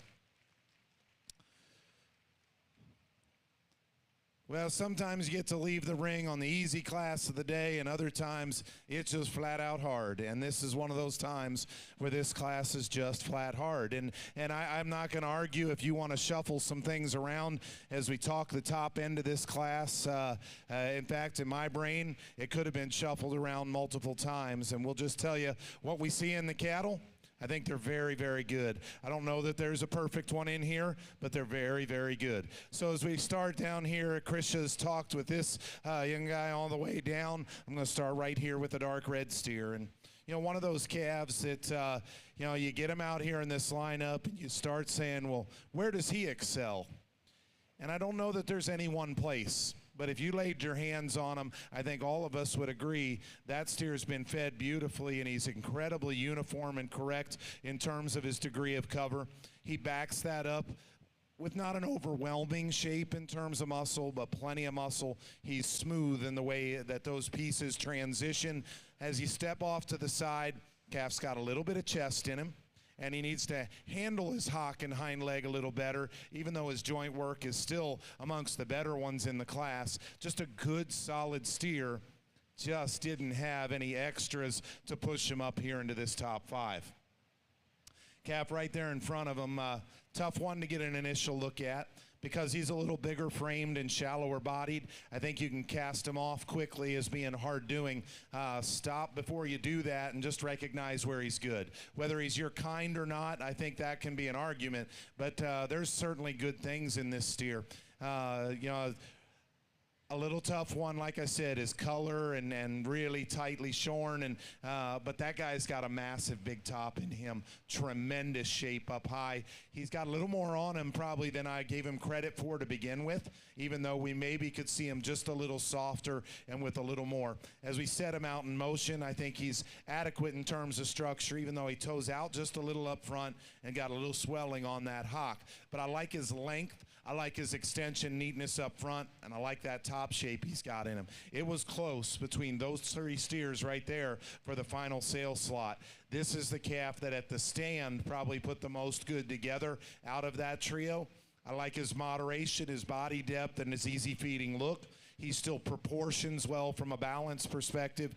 His issue was in motion. His hock joint needs to be better. He needs to flex better out of that rear leg for us to think about getting him any higher in this particular lineup. But of that trio, I just kept coming back and saying, you know, that guy's proportion, his balance, his body, combination of body, feedability, and muscle, I think makes the most sensible choice to fall into this 5th hole. It really came down to 4 steers, and the longer they're out here, the more and more comfortable, you know, I kind of find a 4th place steer and then 3 to sort. But I'll tell you what I see in each of these cattle. And once again, I don't know that there's a perfect answer here, but I think you have to appreciate and see the good in every one of them. To me, the steer with the, by some margin, the most outlying exceptional pieces in this class is the red calf we're going to start with. Now, what I'll tell you is he's a little tougher to read. His skin's not great. He probably, his hide could be a little more hydrated. He could have just a little more shine to him to draw you in. But I'm asking you to study past that, because I think that's part of my job. You know, yes, presentation is a piece of this, but I got to analyze the cattle. It isn't the steer's fault, you know, necessarily that he's got a little drier hair coat. I think you got to study past that. If you back off of these cattle, that to me is by far the most eye-appealing steer of this initial grouping. His neck and the way it comes out of the top of his shoulder, easily the best. The set and attractiveness of a stout hind leg, easily the best of these top four. And his top shape, easily one of the two best. And I think those are the things that really put together a class-winning look to me. If I'm going to change him beyond getting a little more, maybe hydration into that skin and hair coat, pull that shoulder in him. That's my biggest flaw in this guy. He needs to be tied in smoother at his shoulder so that he transitions a little better into his forerib. But I think a look of quality, a show steer look, if you will, in terms of extension, neatness up front, stoutness, attractiveness of hind leg, and muscle shape. That's what gives him the edge in this particular class. The red baldy steer that comes next, he's a difficult one to read, and his best look is when he's in motion. I told this young guy, and I don't know why we get away from this in showmanship. Used to be a day when a steer got a little easy in their top line, we figured out how to get that stick under him. I wish he'd get that stick under him a little bit and get that top up in him, because when his top comes together, he really, really puts together a nice look. The problem is, too often when he stops, he gets too weak in that top line. Much like our class winner, he's a little open in his shoulder too. Go ahead and set him in motion, and I think you'll see what I like in this calf. I think he's actually the soundest moving steer of this initial trio. He's the longest strided. He's the biggest footed. He's the one that couples that with a big, powerful shape up high. When he's in motion, he's a candidate to win. When he stops, he's a candidate to go third. So I think that combination of traits just solidifies my thought that it boiled down to a 2 versus 3 decision. I'm going to side with a little extra soundness of structure and that top shape he's got. Here's an intriguing steer that sits in third. Again, probably in terms of presentation, I like how this young lady has put things together as well as any, because that guy's hide and his handle is very, very good. Just really, really good skin on that guy, and that helps. At first glance, you think that's going to be the muscle steer because of his turn and shape to his quarter. When you actually lay your hands down the tops of those 3 steers, he's third there. So it's give and take in terms of muscle between those 3 cattle. For me, it's twofold reason why he gets into the third slot. As I back off the cattle, he's a little out of balance in his lower body. A little coarser up through his head, but his chest compared to his flank doesn't quite balance out for me. When we set him up in motion, or set him into motion, just a little tighter in the way he handles that rear pastern also. Little things, but those top 3 are sorted on little things. Nothing that's perfect amongst that trio, but dang, those are 3 really, really good cattle. Big-bodied, easy feeding, very, very practical look to the red steer that comes next. With that, he's a little further along in his degree of cover. He's gotten a little mature and full up through his front end.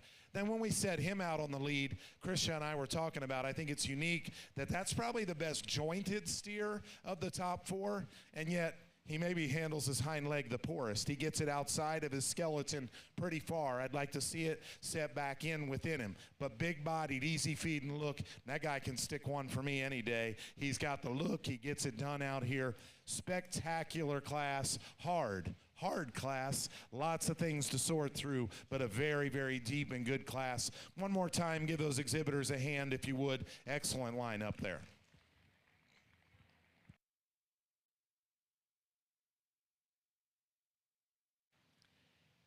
And in the heavyweight class of the Red Cross division, first place went to Kyra Noble, Latexo FFA. Second place, Weston Lackey, Haskell FFA. Third place, Kate Hilburn, Denver City FFA. In fourth place, to Corbin Earhart of Lubbock County 4-H. And fifth place to Remington Donnell of Lynn County 4-H. Congratulations to all of you.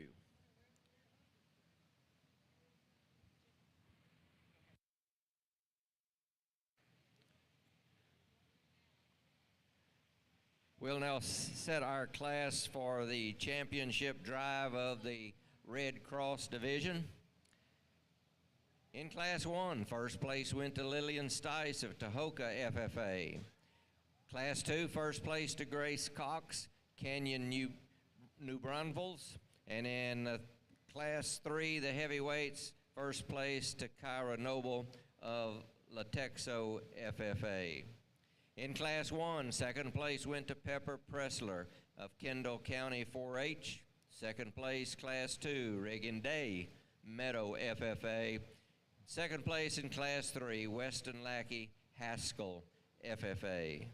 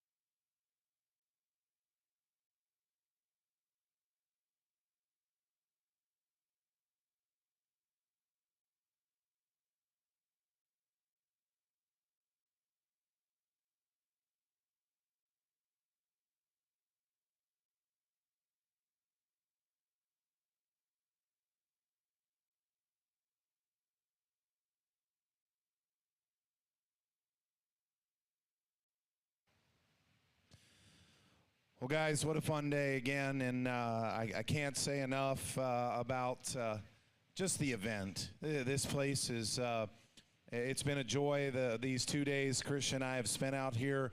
Can't wait for tomorrow to see what those final 2 cross divisions bring us, because I know there'll be tremendous quality as we get to that point. But this has really been a fun opportunity for us. And I mentioned at the end of the day Tuesday, I know we've got a new wave of people, and I'm going to continue to reiterate this.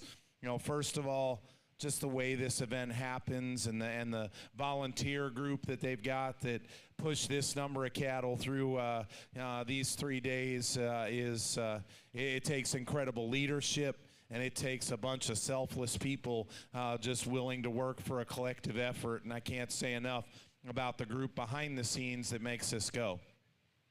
It's also been really fun, and I mentioned it Tuesday. We'll talk more about it again tomorrow, but this opportunity that you give for an associate judge in this ring, I think, is really unique and designed to build opportunity for someone that's going to be out there themselves in years to come. And man, it's I mentioned I don't know if I worded exactly the same yesterday, but Christian and I, a former student, and I kind of know how her brain works, and the same for her with me, and we read them like a book. She knows exactly what I'm thinking before I say it, and vice versa, and I appreciate that. It allows for great discussion out here and a little banter at the right times, and ultimately a lot of fun just to have somebody that you respect at this level to come out here and do the things that we've had a chance to do. And, you know, for those of you that today is your day to be here, I just tell you, look out here, remember that face, remember that voice, remember that level of talent that you see, because you're going to see her many more times. This is by far the most difficult division that I think we've had in the course of the 2 days we've judged. And again, there's been a lot of good cattle that have walked out here. But I think you could select 10 different judges and end up with maybe 10 different champions. You know, and that's, again, it's because there's been such a number of good cattle, but also even at the top end, maybe some tweaks to be made in each of those that are contenders. And, you know, again, that lightweight class was a solid class. But it was the middleweights and the heavyweights that it boiled down to, and now you can really get into and you know, go back and forth and discuss the differences. You know, and this is one of those times where, you know, to me, the longer they're out here, the more and more I study these cattle, you know, the more comfortable I am that there's a steer that just does everything really solid for me. You know, maybe just doesn't do any one piece, you know, exclusively the best, but to me, he's the most complete. He's fundamental, he's sound, he's good-bodied, he handles good. You know, he's not elite necessarily in terms of just primo show steer look, but all of his pieces work together. I encourage this young lady, keep working. Keep getting the most out of cattle in the ring, because there's times that the steer maybe hasn't shown himself off at an elite level, and she's got to continue to work at that. But when you put him in motion, all pieces come together. I think a champion here today, and he comes out of the middleweight class. Young lady, congratulations. Good job. And the champion Red Cross of 2023, Grace Cox, Canyon, New Braunfels. You know, and ultimately it was close. I thought our heavyweight steer, if we could change that shoulder in him, that was the difference maker for me. Again, I could do it just because maybe that one's a little more out there in a couple spots for sure. But that steer's, to me, got too many good pieces to keep him out of the money. He's going to be your reserve. Congratulations, that young lady. And the reserve champion, Kyra Noble, Latexo FFA.